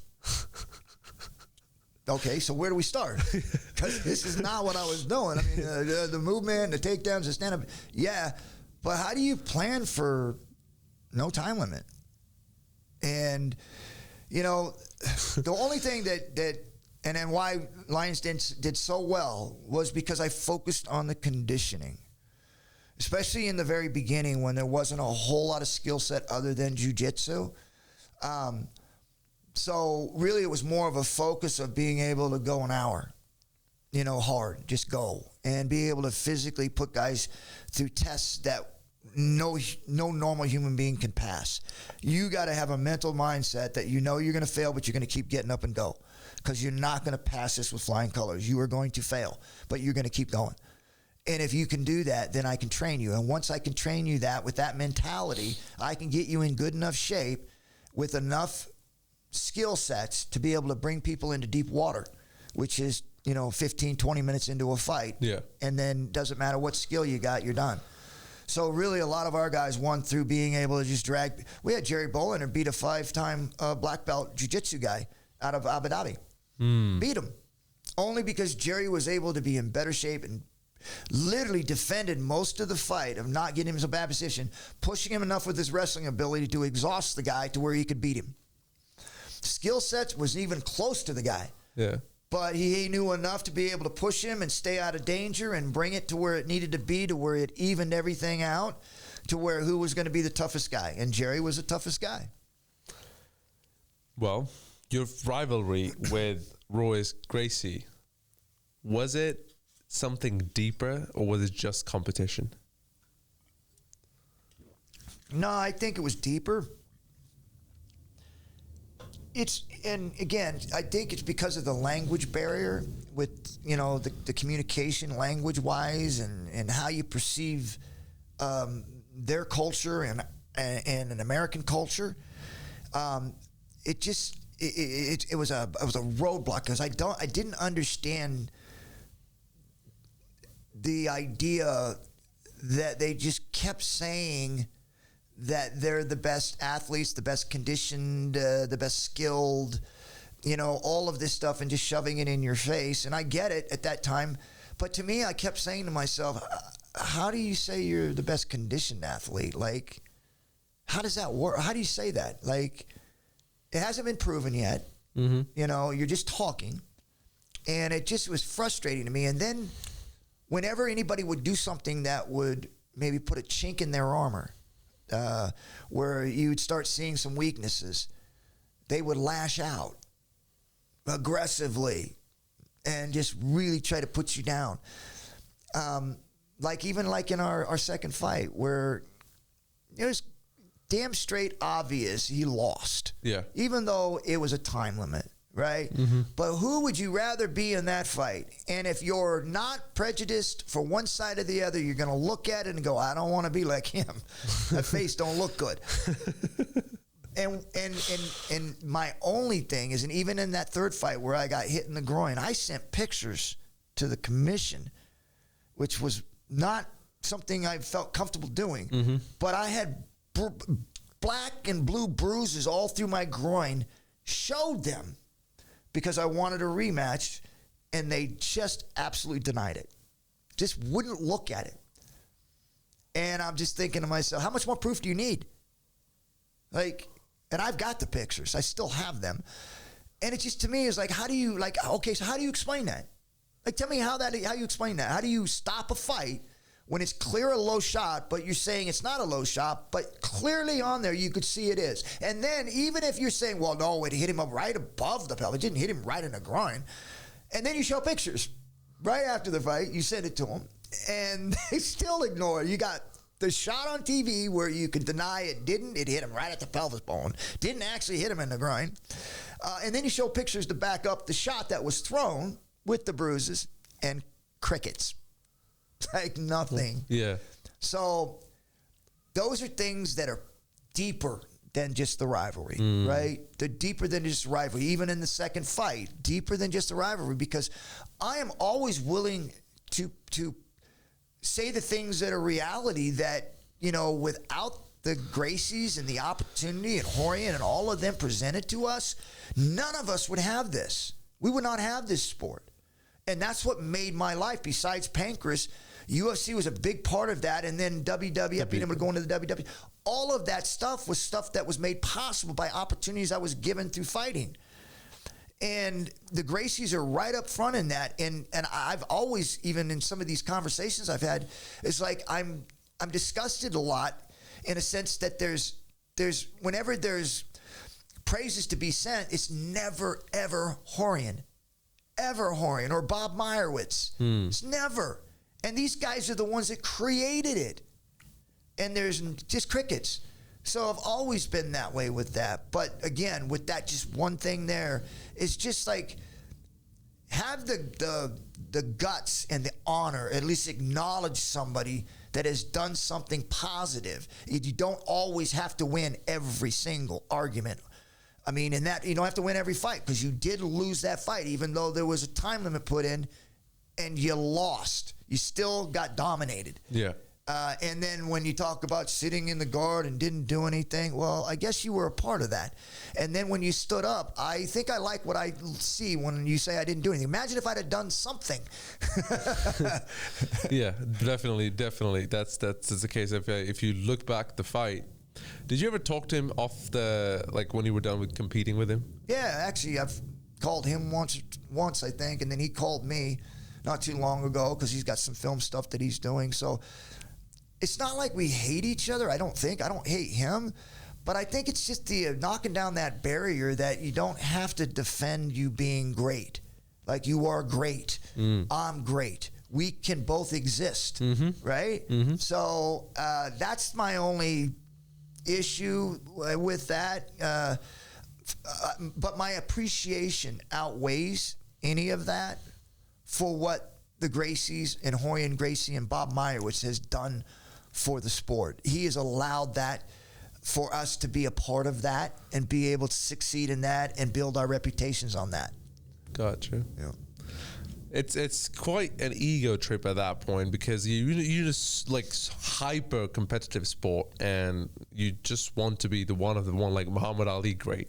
And I think if you can't do that, the only way you can do that is putting other people down who are just as good, if not better than you. Yeah, but he was the Muhammad Ali, right? But then I came up and I became the one that knocked Muhammad Ali out, right? I mean, Joe Frazier.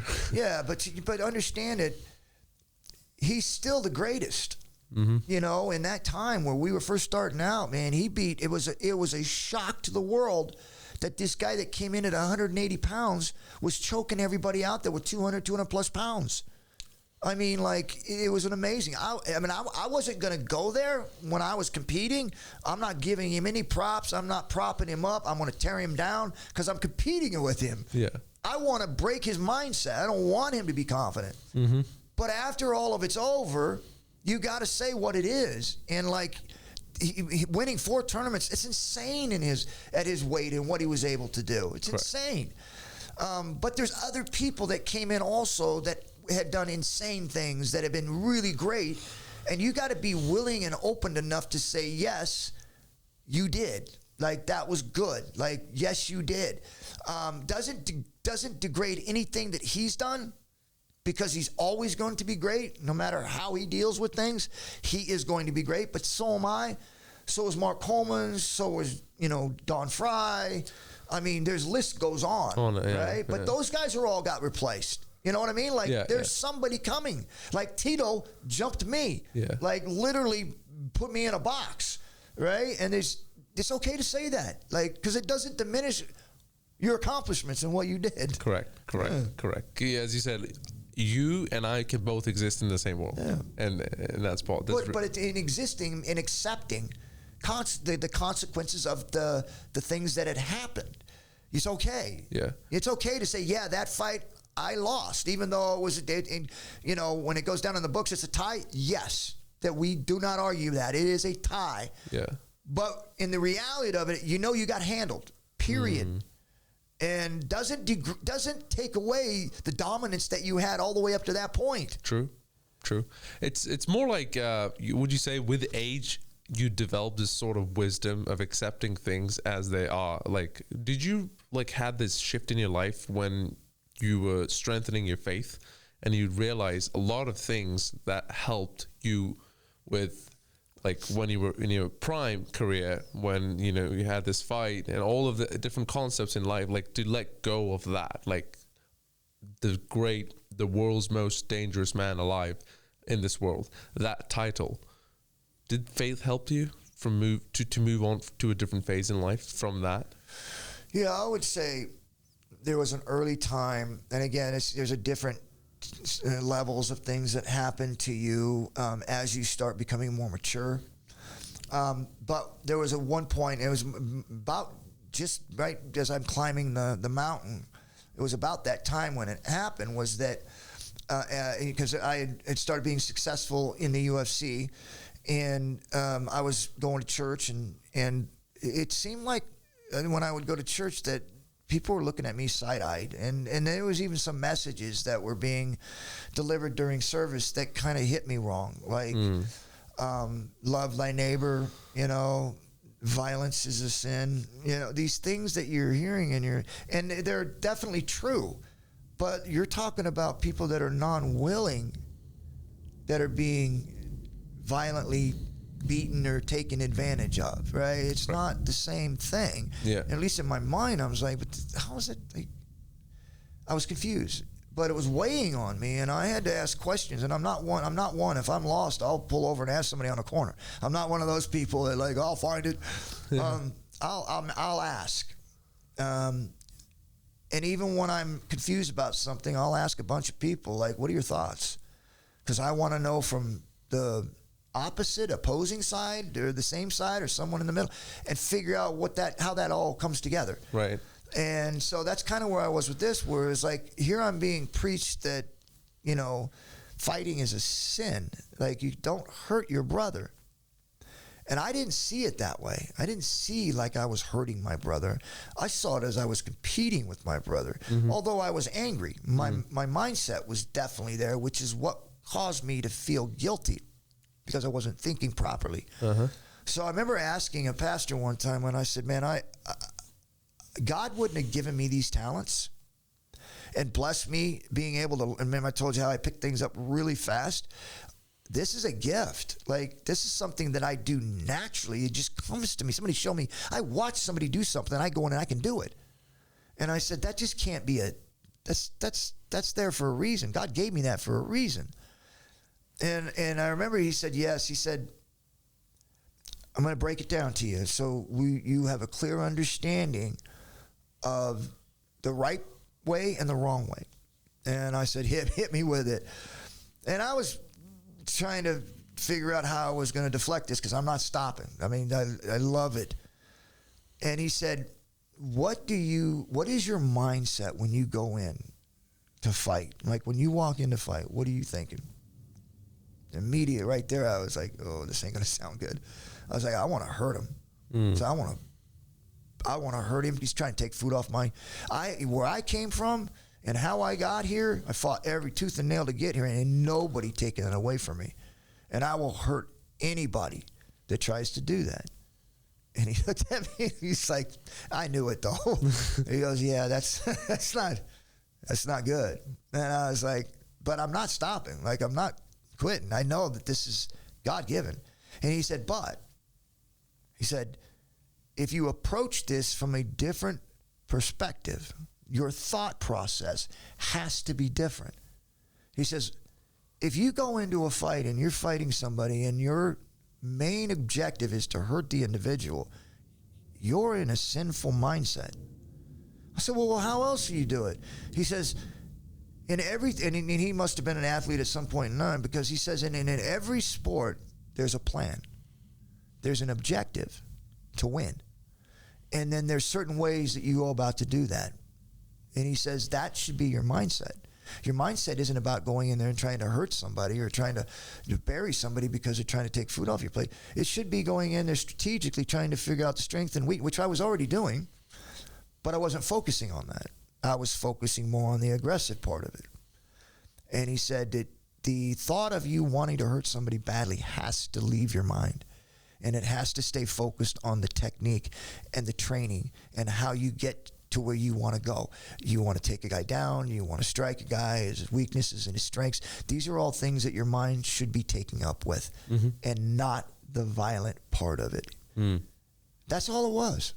But at the same time, you were also given the title, World's Most Dangerous Man. Right. How did that feel like in the moment?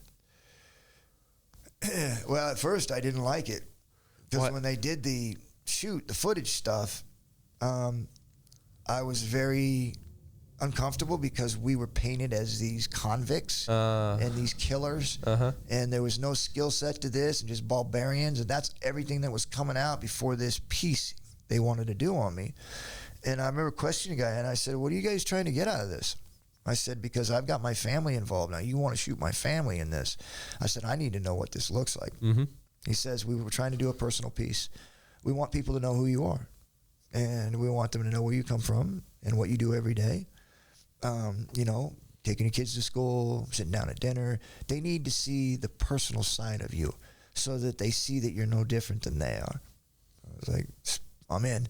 The first piece they opened with, which was, I was sold after that, was they had my son, and he was probably maybe 10 years old. They put headgear on him. They put these big old boxing gloves on, big old headgear on, and they put my wrestling shoes on him. Uh-huh. And they had him stand in the corner, and they had the shade of these lights that shaded, and they shot this shadow of this 7-foot tall giant person. And then the camera would pan up to the shoes and then up to the legs, and the legs just kind of took you back a little because they were smaller, but you couldn't really tell hardly. And then the glove, and then up the arm, and it's still kind of weird. And then all of a sudden it pans back, and there's my kid standing in the corner, and they go fight. And then I would come to the middle of the ring, and he'd just start punching, bang, bang, bang, bang, and go to the ground and roll. Uh-huh. Right then I knew that the piece they were trying to do was they were trying to connect us to the mainstream audience, Yeah. and to really see that we're no different than they are. Correct. Yeah. Correct. So in the moment, it weighed down on you, but after the piece came out, like they wanted to show you, like, okay, these people are just like me and you, but just come from a different background. Their life shaped them to be who they are. It's not who they choose to be. Well, yeah, but I could have been a doctor. You know, I could have gone to college after, you know, and done something else. I could have been a teacher. I could have done a lot of things. I could have gone into the NFL. I mean, I had that chance. I had opportunities to do certain things, but when I started to roll and I was being taught these moves, there was no doubt in my mind that this is what I was meant to do, because I just did it. I could watch somebody do it from 10 feet away, watch them do something, and I could almost similarly do the same thing. Like, just do it. It meant my mind and my body connected. So that's not normal. So I know that's my that was what I was blessed with. Really, really glad to hear all about that. Did you ever meet Dana White?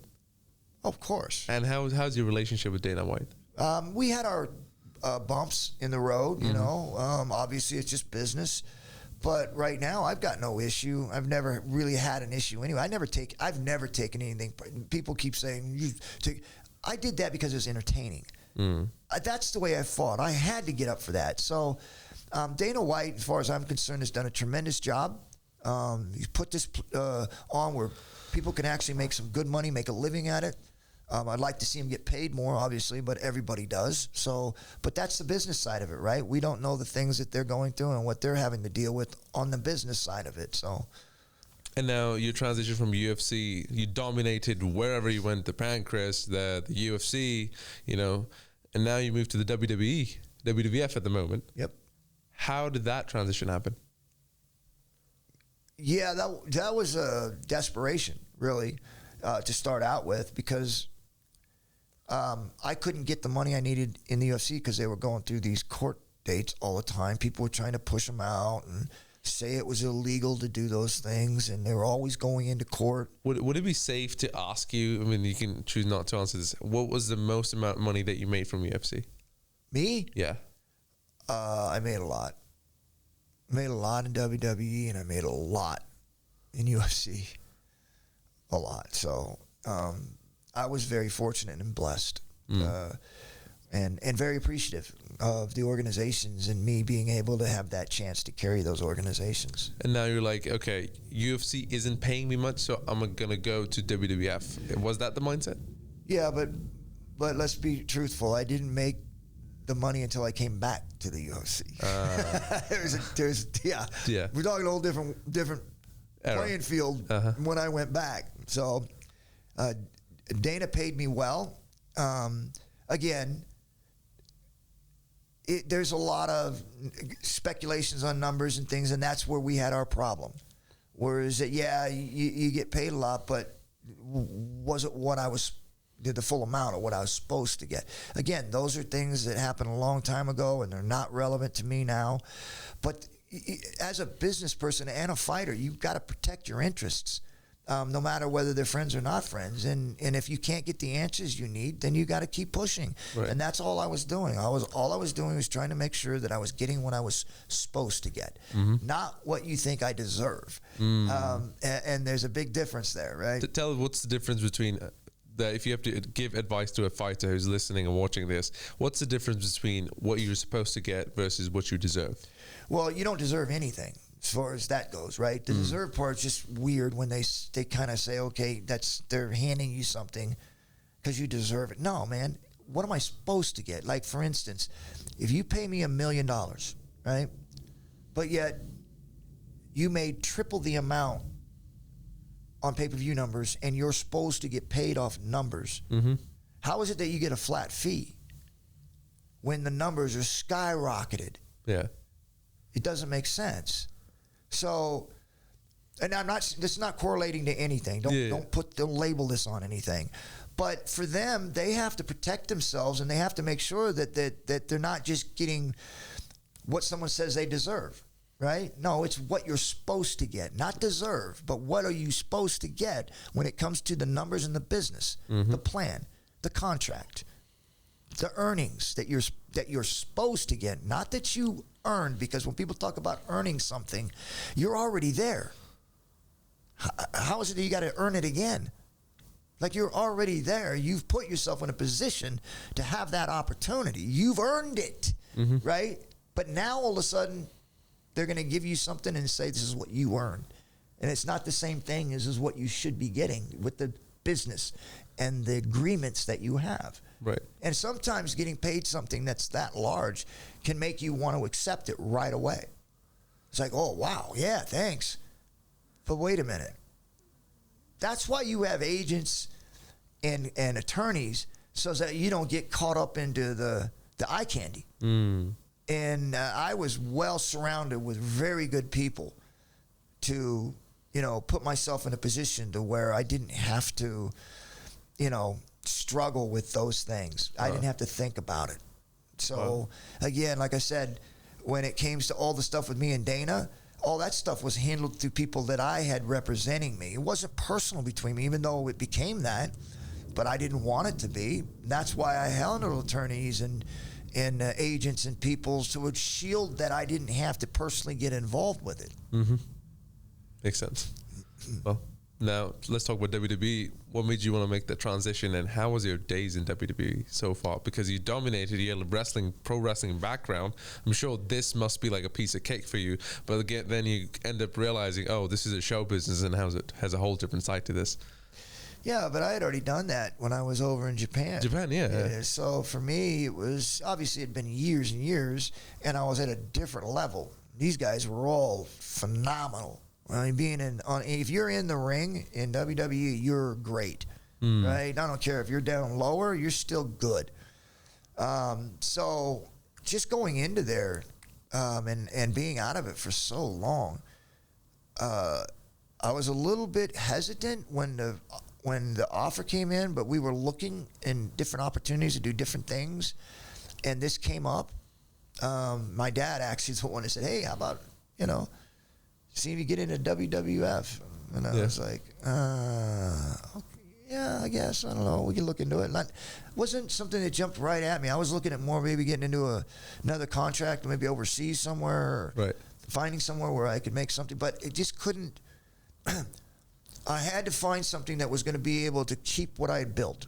Yeah. I had a fighter's house. I had a group home with 6 kids living in it. I had my house. I had a gym that had a boxing ring, had a boxing studio, had a grappling studio, and it had a gym. 3 different buildings, all connected. Yeah. So I had a big nut at the end of the month. And so I had to figure out how to keep what I had built going, because I had responsibilities to fighters and kids and family. And so I need to figure out, how do I cover this, and where do I go to do that? Yeah. So I searched in a lot of different opportunities, but wrestling just kept right there, kept coming right back in front of me. So I went ahead with what just felt was the natural things that I was moving towards. It didn't try to force anything. And so I remember making some calls and then got a call from a guy from Canada, and he connected us with WWF or E, I don't remember what it was at the time. And next thing I know, I'm flying out to sit down with some representatives from WWE. Did you ever get to meet Vince McMahon? He was the one that was there when I walked in the building. Oh, wow. What an experience. He was the one that met me. He literally called me on the phone before I flew out and explained to me how excited they were to be able to bring me into their organization. Wow. And they had some really great ideas for me. And I was like, Vince did that, right? I didn't hear from anybody else but the dog. And the man himself. Yeah, and I didn't know when I flew in that he was actually going to be at the meeting either. But when I got in there, he was there along with his marketing team. And they literally ran me through how they were going to, dress me, which was going to be the same as I was when I was fighting. And, the angle that they had, they didn't want me to, which they didn't say that to me, but they wanted me to try to implement what I did in UFC into the pro wrestling room. But the one that really stuck with me when I trained with him was when I worked with Brett, when he told me, Bret Hart. Yeah, don't be a wrestler. That's not who you are.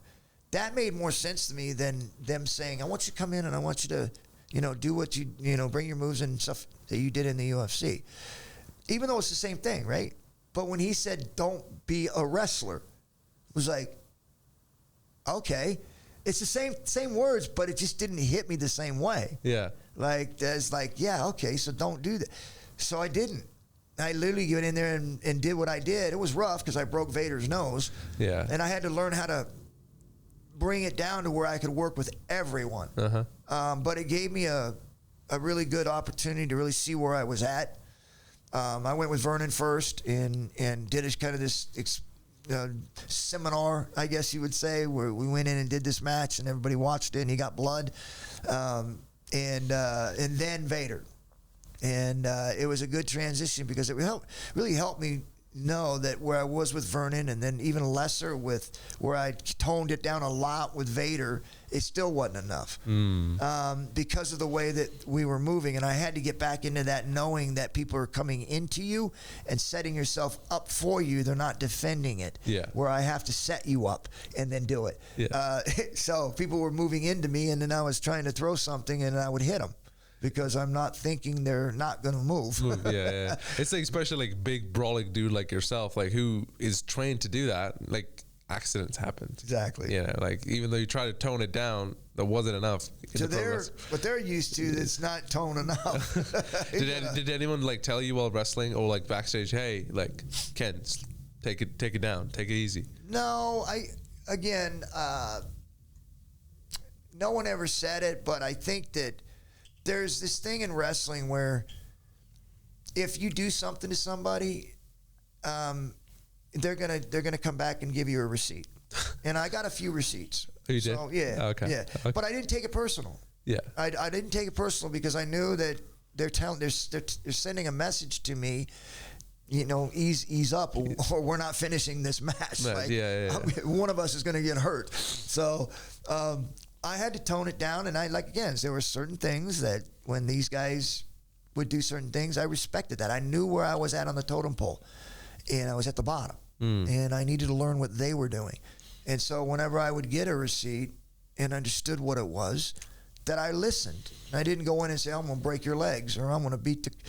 I was like, nah, okay, I get it. Like, you got a career and a family to support, and I don't want to mess that up. Yeah. So I would rather they do that than me go and keep doing it and nobody say anything. And I don't need them to come to me and say, "Oh, you're a little stiff." No man is going to come to you and say, "Stop hurting me." Yeah. But in wrestling, there's a manly way to do it, and that's called a receipt. And if you take that personal, you ain't going to be around long. Yeah. Like, it's the same thing that happened with Brett when he got his back broken in the match, and then like he was basically like I forgot the wrestler that he was fighting. He basically took Brett's career away. Yeah. With that. Yeah, again, that one there, I don't know a whole lot what happened on that, but things happen in wrestling. Yeah. And mistakes are made, and so you hate to see it happen. but Part of the game. I just can't. It's like football. When you hit somebody and you break their neck, is it your fault? Right? Part of the I mean, game. you're trying to make a play. Yeah. Same thing in wrestling. I don't like it when someone gets hurt. It's when you do something dumb, like trying to take somebody who's 300 pounds and you're 230 pounds, and you got a guy that's 280 or 300 pounds, and you try to do a suplex off the top rope, or that you try to pick him up and do a pile driver, and he's twice your weight. That's stupid. Like, that's not moves you should be doing on a big guy. So those are things like that where I look at it and go, yeah, that is your fault. You don't. That's not what you should be doing. That can be prevented. Yeah, it's not your. It's not your. It's not your move. It's not something you should be doing when you're trying to make sense of a wrestling match. That makes sense. Now reminded me of a match that Brock Lesnar was doing with Kurt Angle, and he had his move go over the top rope all the way to the other rope, like in the corner. His name was Shooting Star. And he almost broke his neck while hitting his head on it. And we never saw Brock Lesnar do that after that. There's just, like I said, there's just things when you're a big man that small guys don't do to you. And then as a big man, there's things that you don't, I mean, unless, of course, there's certain things that very athletic that they do that they're going to make a part of who they are. Okay. But if you try to tell me Vader, you know, and even though he has done that, is going to do a moonsault off the top of the rope on you, I'm not there. I'm not going to be there when you land. True. What were some names, would you say, that were so welcoming in... Let me read. What were those names that were so welcoming to you when you were in the WWE locker room? I would say, obviously, everybody's... It's hard to tell who's got the jealousy in their blood. It's really hard because it's pro wrestling. Everybody can put on a face. So it's really hard to find out who those are. There were some guys that we just didn't get along, not because there was something said or done. It was just there's different characters and personalities that just clash. It's just nothing you're going to do about it. But you learn to work with that. You learn to be able to still go out there and do things because you're trusting one another. And in wrestling, that's all you got. Could you tell, like a few group of people, like when you were climbing up your way in WWE, that, oh, these guys are really supportive, and they genuinely mean, even though it was like not that many, but I see the support? Well, I think all of them were, because whenever we had to have matches, that's the whole thing everybody wanted, was a great match. So I think you got support there. I think, but when you're talking about supportive as far as trying to get you to that next level, I think Bret Hart was a big part of being able to try to do that. Obviously, it got nixed because he wanted to do a title shot with me. That got nixed. JR was always told me straight, you know, hey, Ken, you're screwing up. Get your ass back in line. And I respected that, you know, because a lot of times you get going and you're having fun and you just don't see it. Someone comes to you and say, hey, you're screwing up. Huh? And it's like, be here on time. Do this, do that. It's like, okay. So, and again, I think Steve Blackman was really not just like anything positive or anything like to get lifting me or that, but just a good person to be around. Always liked hanging with him. I thought that, you know, the opportunities that Shawn Michaels, Bret Hart, Stone Cold Steve Austin, The Undertaker, I could go on. I mean, I got to go with all the greats. Gave me an opportunity to wrestle with them. They don't have to. Like, and with my background and where I came from, a lot of those guys are like, I'm not going. So being able to build up the trust to be able to work with those guys meant a lot to me. Wow. Yeah. That's like living legend at that point. Yeah. These guys are all stars, man. They're up there, you know, the greatest of all time. And then to be being with Bret and Stone Cold in the greatest match in WWF history, goes down in the Hall of Fame, and to be a part of that is, I mean, like, I'm just blessed. Like, it was awesome.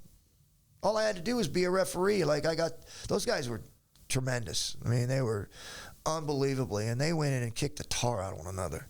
Would you say, like, in WWE, babyface, whoever the babyface of that like era or like that storyline is treating other people differently than if he wasn't in that position, because he's the face of the show at that point, and then now he's like, oh well, I just made it. Look at me. I'm like, better than everyone else. Explain that to me. I didn't get that. So let's say you're the baby face of a company and you star of the show and everyone's supporting you. You're the WWE champion and you're carrying that for like hundreds of days.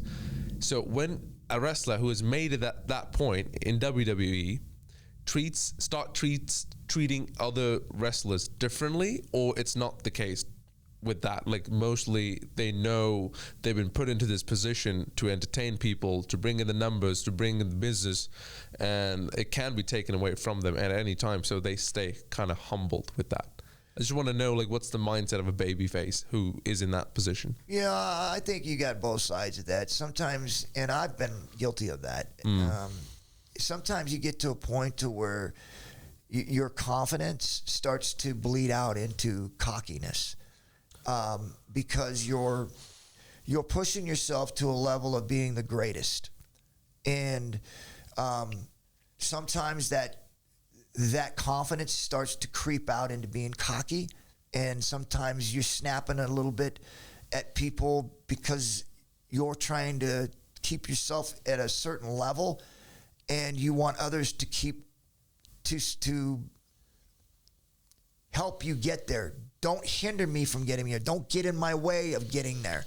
So sometimes there's some of that where, you know, your confidence has been so intricate in getting you where you're at that it can sometimes real quickly turn into being cocky and being mean to people. Yeah. And you have to have somebody, and my dad told me this, you have to have somebody around you that you know you can go to, because this is before I became, you know, famous.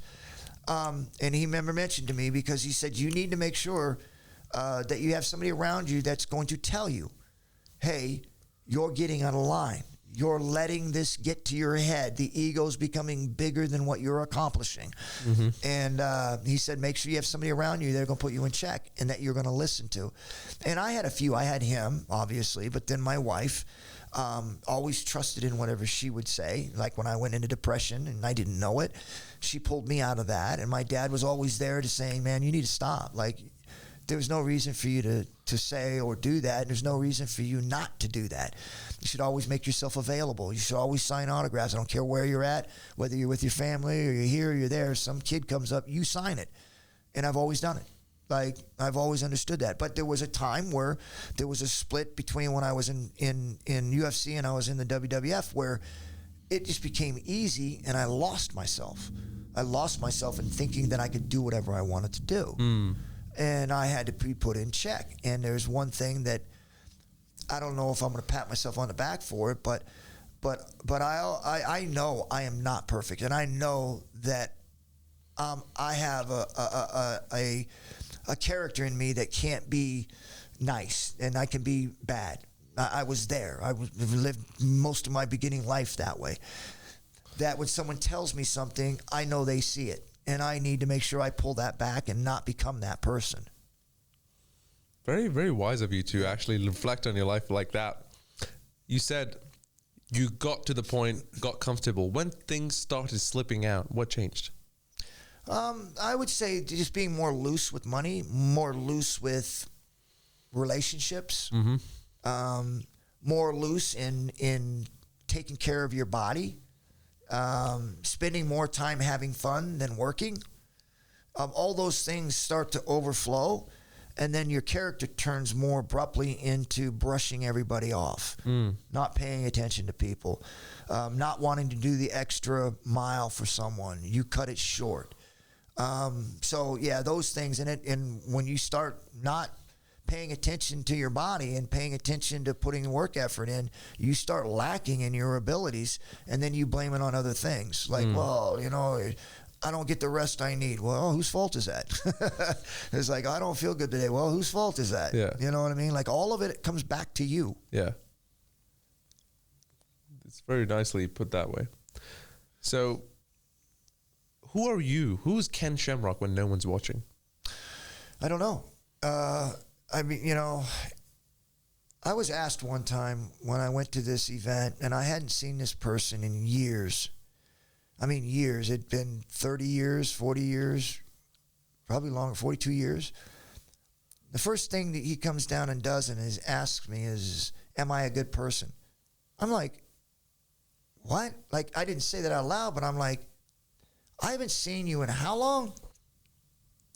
Like, what makes you say that? Mm-hmm. Like, if I was coming, say, hey, so I know so are you a good person? And it's like, what would you first instinct? Why would you ask that? Like, did I do something? Is there something I don't know? Yeah. It's like, what's that? Yeah.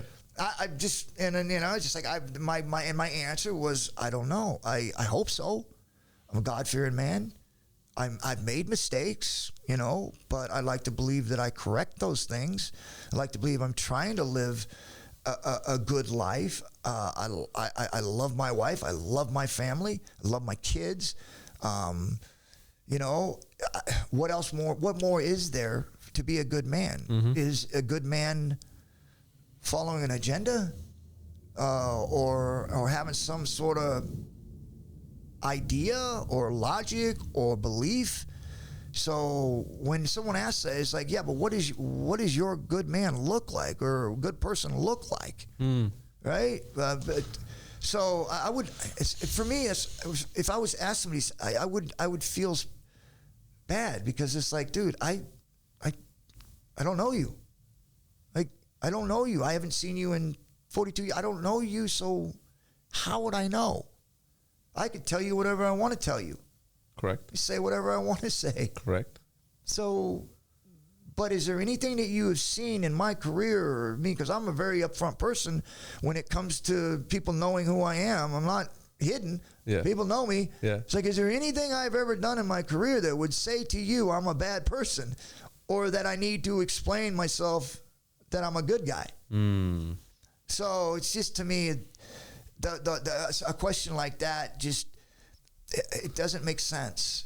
I because totally. I think that if a question like that happens, it has to be when you're going to have a conversation with somebody that you're trying to help, and that you've been friends with for a very long time, and been around somebody that you're trying to mentor or help them get through something. And so, well, what do you think? Do you think you're a good man? Like, and if so, what are they? Or if not, how do we fix it? It's something like that. That's, to me, where that would come in. Gotcha.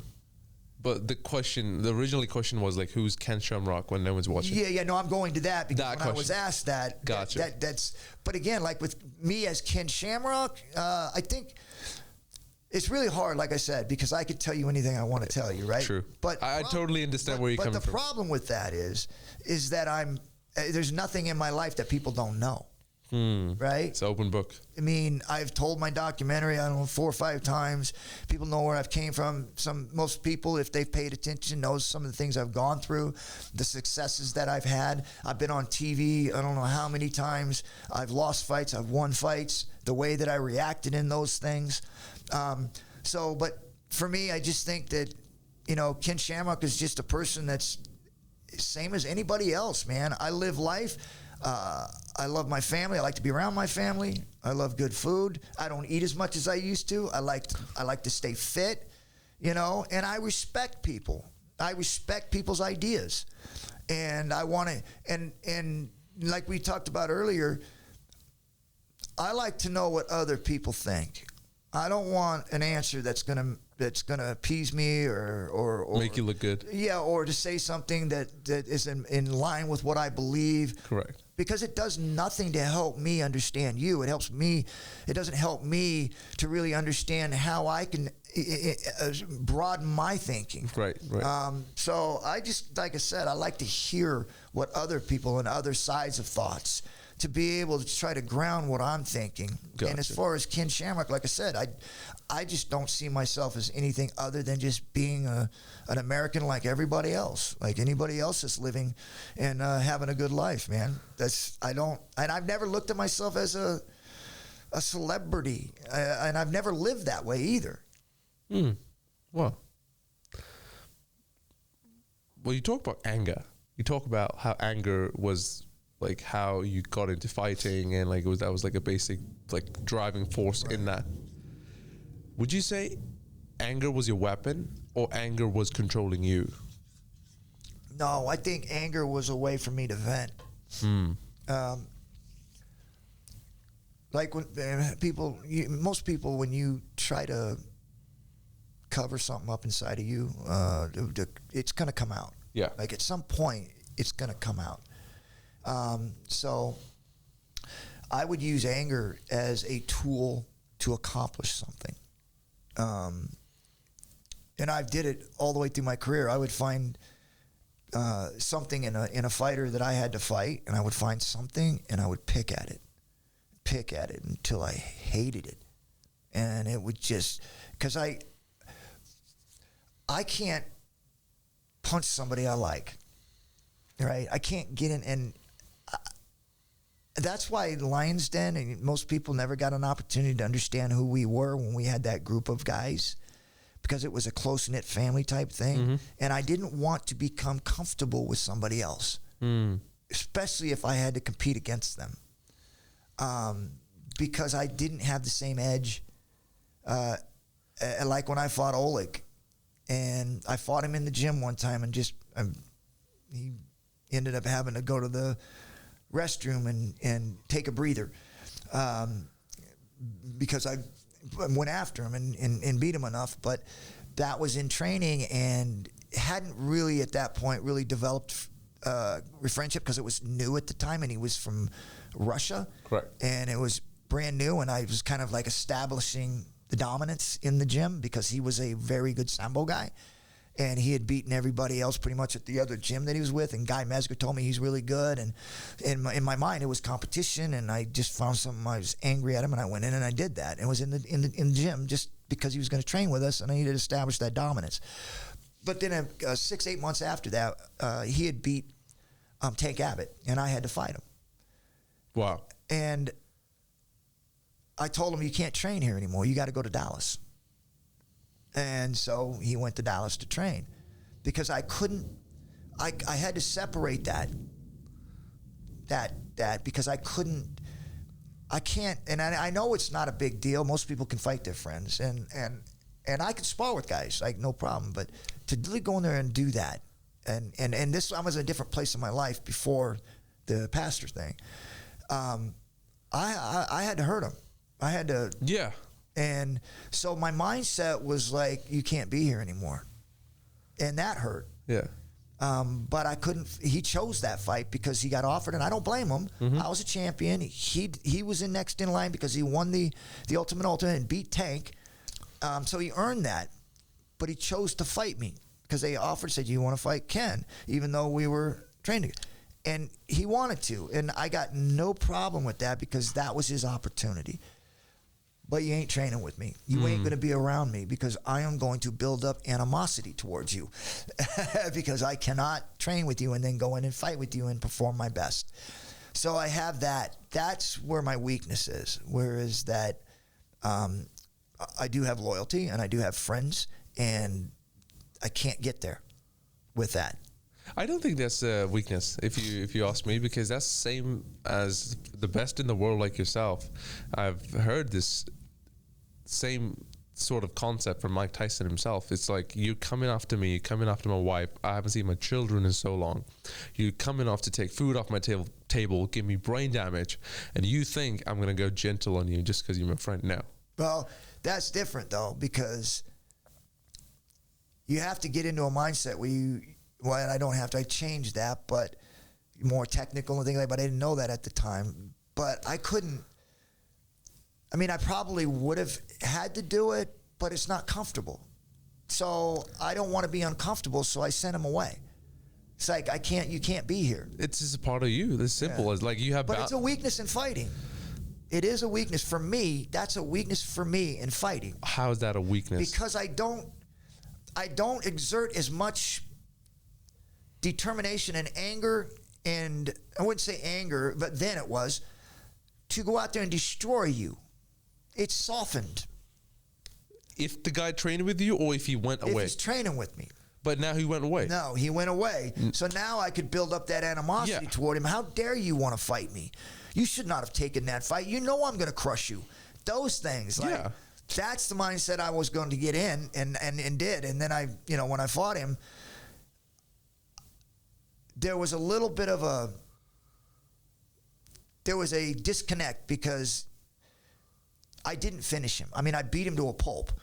But I wouldn't go for leg locks. I wouldn't go for any submission holds because I knew who he was. He's like me, that if I got it, I'd have to break it. And he was part of our team, and he was going to go fight over in Pancras in 2 months. After this thing, he was going to go fight over in Japan, and that was a business thing we had where he's under contract with me. Oh. And he would go over to Japan and fight, and then I would get my piece, and he would do his thing, and because he was living in the house at the time. And you put him on in Pancras. Yeah. And so I felt like I could just knock him out and not try to do the submissions. And I did knock him out, but if I'd have just walked away, when I had him on the ground, I hit him and his elbows rolled back in the hands. So hands dropped. And then I hit him again, and he woke up. And he started fighting again. I did that twice. Yeah. And I should have just left him. Like, okay, he's out, leave him. But I hit him again, and he came back up again, and he's fought. He's a tough son of a gun. But his head blew up to like an elephant, man. It was bad next day. I thought, like, oh, I'm so sorry, bro. Like, it was bad. But, yeah, I never went for one submission hold in that fight because I just knew him. He wasn't going to tap. Yeah, he was going to go to sleep straight up. Yeah, it was either that or, break his leg. And I thought, well, let's try to knock him out. But it's like you can't like teach that if you have to be the best in the best of the world, like something like yourself. And well, we talked about a lot. We talked about your childhood, your stages, your prime. What did you have to let go to become this person? This Ken Shamrock, because those were phases of your life. You were born into a certain neighborhood, survival, juvenile home, Bob Shamrock, to Japan, UFC, WWE, then back to the UFC again, and now you're a father, you're a good husband. I don't know if you have grandchildren though. Yes. Oh, yep, lots. Well, you're a grandfather too. Yes. What did you have to let go to become this version of yourself? Nothing. It's just the transition in life. I don't understand that because you don't have to let go of anything. Like, you just grow. You become a man that you're supposed to be. Like, so you're a fighter. You, like myself, I became dominant. I became the greatest fighter. I was the #1 fighter in the world. You go through the transition where you start deteriorating. You get slower. You don't want to let go of it. I fight longer than I probably should have, but I was going to do it as long as I wanted to because I enjoyed it. And then I would quit when I was ready. That was a struggle because I fought a lot longer than most and wasn't at my best, but I still enjoyed the competition. So I did it. And then there's a point in time where you have to come to that point where you go, now it's becoming dangerous. Now I'm putting myself in a position where I could get hurt. And that affects my family. That affects my fan base. So now I have to make a decision, the right decision, to hang them up, to start doing something else. You don't have to give up on anything, but you have to be able to make transitions into other things. And for me, it was going into promoting things. It was an opportunity to go out and meet fans by doing appearances, doing some like this, a lot of talk shows, documentaries, helping people understand who I was, an opportunity to be able to use my voice, use my life to be able to help others transition into whatever they're going through into a normal life or whatever normal is for them. Yeah. It's very much needed. Way, right? Yeah. So it wasn't like at one point I had said I had to let go of something. It was a transition. It's a very wise perspective because most athletes who come out of NBA, NFL, drugs, they lose all their bag. Like people come out of Navy SEALs, like Army, because they're always in the war mindset. And I interview them, the highest profession with the highest divorce rates, most suicides. So all of that, because they can't let go of the version they were in their prime. And as you said, you just grow. Right. Like it's time. Like a tree grows, like a flower grows, like it's just natural course of life. You looked at it that way. Yeah. Which is why you didn't have problems with that from what you're telling me. It's very wise. This brings me to our final and last question. Thank you for being with us. Yeah. If everything you built, your legacy, your fights, your fan base, disappeared from the world, and you only had 60 seconds to give advice to the world, what would that be? Oh, I would see, got to be the number one. And it's something that, for me, I had to learn and failed many, many times. But the one thing I would say is that you have to be able to be patient, to be able to understand other people. That's the one big thing that I think, especially in today's world and the world that I grew up in, it seems like decisions are made so fast. You don't think about them. You don't analyze them. You don't listen. You don't listen to what other people are saying, even though it may not align with you. And be able to find that middle somewhere where you can understand them and they can understand you. So I think patience is a big part of that, is allowing people to be able to, I don't know, express themselves or try to understand one another instead of immediately jumping to a point to where you think that you are all knowing and that what you think is the only way to think. So patience for me, I think, is that underlying.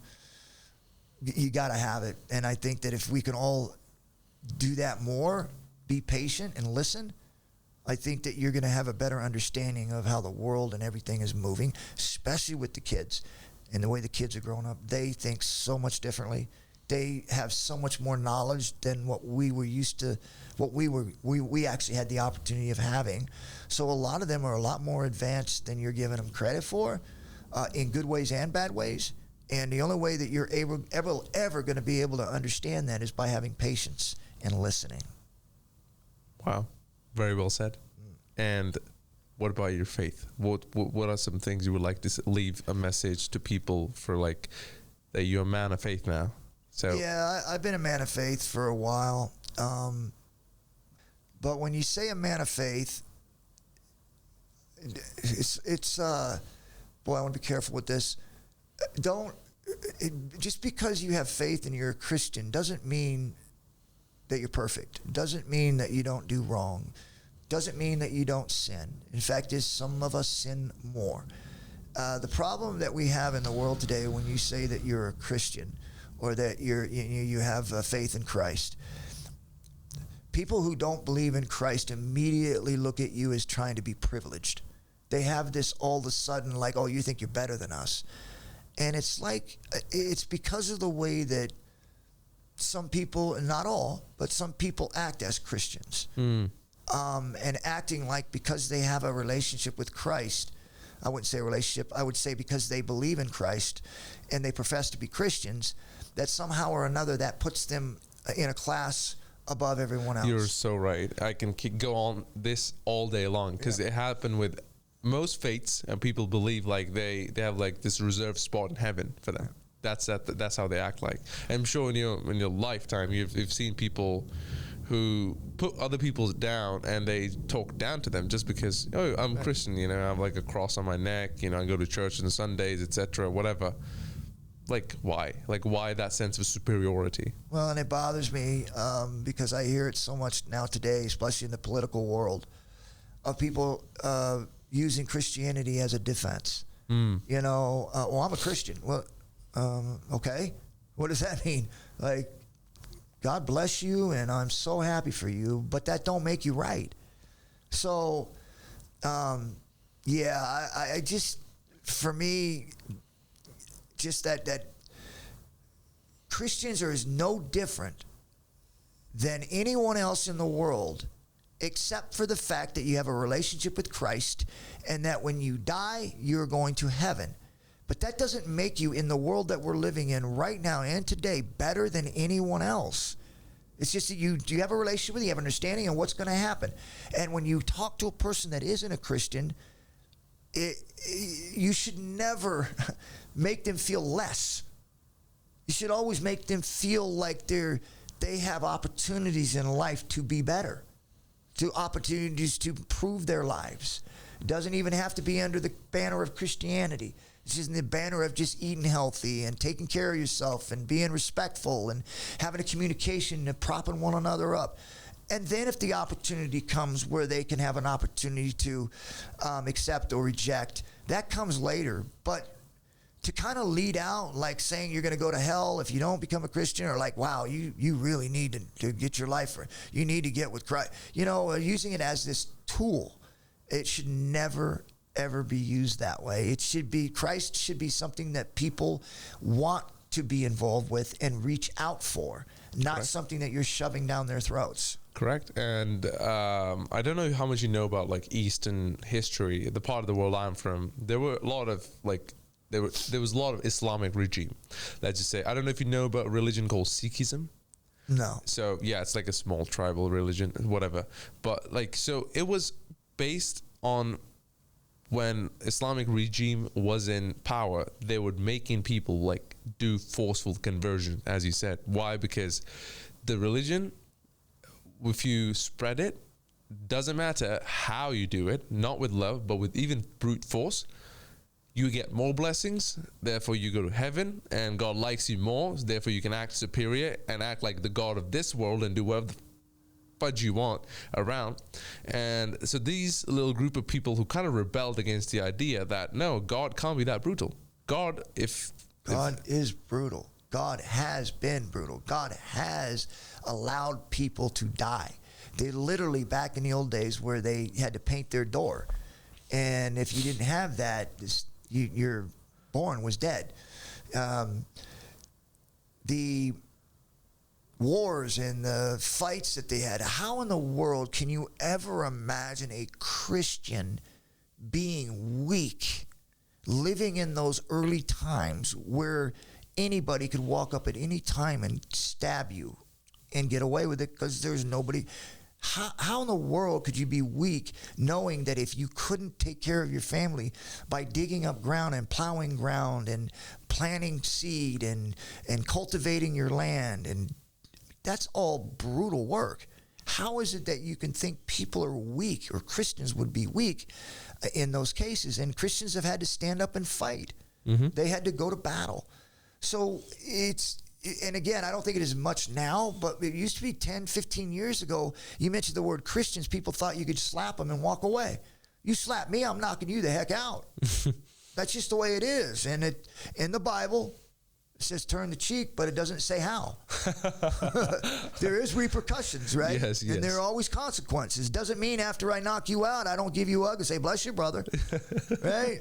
But it's just like the word that the Christian, it just seems like it gets so watered down, and it's such a powerful word, and it's being used too much as a weapon instead of a saving opportunity. Do you think it has a lot of political influence behind it to water down the word Christian? They're doing it now a lot, and you're seeing a lot within the political world where they use the word the American people like somehow they're on your side. Like the American people really don't want this. It's like, how in the heck do you know? Like they're split. How is it that you're clumping all of them together? You know, stuff like that. They use Christianity as a way to make someone feel like they're wrong.